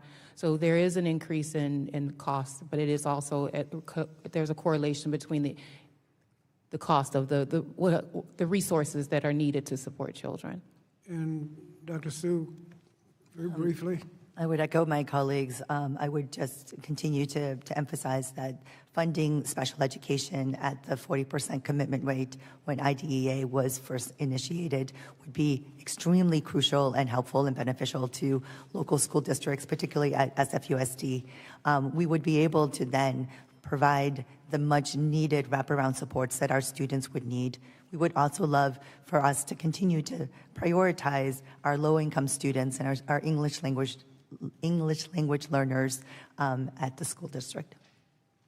Thank you, Mr. Chairman. The gentleman's time has expired, and now it's time for closing comments. I recognize the ranking member, Mr. Scott. Thank you, Mr. Chairman, and once again, thank you for the witnesses for joining us today. The federal government has a responsibility to ensure that all children, regardless of race, gender, sexuality, income, or zip code, receive a quality education in a safe school environment. But instead of fulfilling this mandate, we've focused on spending time injecting culture war debates in the classrooms, all the while the Trump administration is dismantling the Department of Education, starting with the Office of Civil Rights. While hearings like this held today may make for good sound bites, they don't make for good policy, they don't help improve education. So it's time for Congress to give up the political theater and stop the politicization of education and focus on what really matters, and that is improving education in our public schools and combating gun violence in our public schools. These ideas should not be controversial, but by perpetuating ideological debates, Republicans are only deepening the partisan divides that do nothing to improve student outcomes or safety. Democrats are committed to delivering for our students, teachers, and families and fighting back against the Trump administration's attacks on America's education system. We are focused on improving schools, ensuring students have a bright future ahead of them, not playing political games, and I welcome you to join in that fight. I would like to make sure that the letters that I referenced at the beginning of my testimony are entered into the record by unanimous consent. And there's another letter that I'd like entered by unanimous consent. Without objection, they will all be entered. From the Legal Defense Fund. Thank you. I thank the gentleman. And I thank the panel for being here, in disagreement or in agreement. And I'm glad we had some good positive shows of some things that are taking place in the San Francisco Unified School District. We want that to take place. I think we've been characterized today in two spectrums. Democrats want to see improvement in education, Republicans don't. Republicans want racism to continue, Democrats don't. Both of those are false statements. This hearing today is for the reason of getting back to solid education and getting away from these cultural wars, that was a term that was used consistently today. But those cultural wars have been produced in such a way that it's impacting education. I put out a press statement today relative to the NAEP scores, where I said the latest NAEP results make clear that we must renew our focus on the fundamentals. Reading and math are the foundation of every student's success, and I think we agree on that. And too many children are still struggling to master these essential skills. While it's encouraging to see some improvement among 9-year-olds in reading and math, we still have a long way to go. 13-year-olds showed essentially no improvement, underscoring the lasting academic damage caused by school closures, of course referring back to COVID. Every child should have the skills they need to succeed long after they leave the classroom. We cannot afford to let another generation fall behind. I think we can all agree on that. Trouble is, we're seeing a lot of energy and effort put into things that don't matter. The fact of the matter is, almost 80% of our citizens polled clearly stated they don't want males and female sports or restrooms. And yet your schools and the state of Illinois, rules that you follow, that you, Dr. King, referred to so often, encourage that. Those are the things that we are concerned that are taking away from the science of reading, etc., that will change our school systems. COVID had one silver lining. It allowed parents to see what was going on in the classrooms that their kids were in. And we saw a significant exodus of parents and children moving to other settings of education, including home education. One of our members here, in fact, talked of her home educational experience, not during COVID, but she saw that as necessary and an outcome producer of quality for her son. But I think other parents are seeing the same thing, and when they are wrestling with the fact that their kids are encouraged to go against even their home family ideals and involve themselves in political statements, that they are being taught things that aren't scientifically true. I remember Dr. Fauci for 3 years telling us to follow the science about COVID. Well, I think you all ought to follow the science about gender, male and female, and if you love your kids, as I hope you do, love comes with truth, telling them the truth. IDA funding and funding for special needs and mental health is certainly necessary. And I'm glad, even as I spoke with the Secretary of Education today, who reminded me that the increased funding that they have put in, this administration has put in, rivals anything in the last several decades and in fact expands upon it. Now it's up to Congress to approve that increase in IDA funding. That will be helpful, but will that funding be also used to teach our young people the truth, as opposed to going along with the cultural settings out there trying to change reality about gender? Those are our concerns, and that was the reason for this hearing today.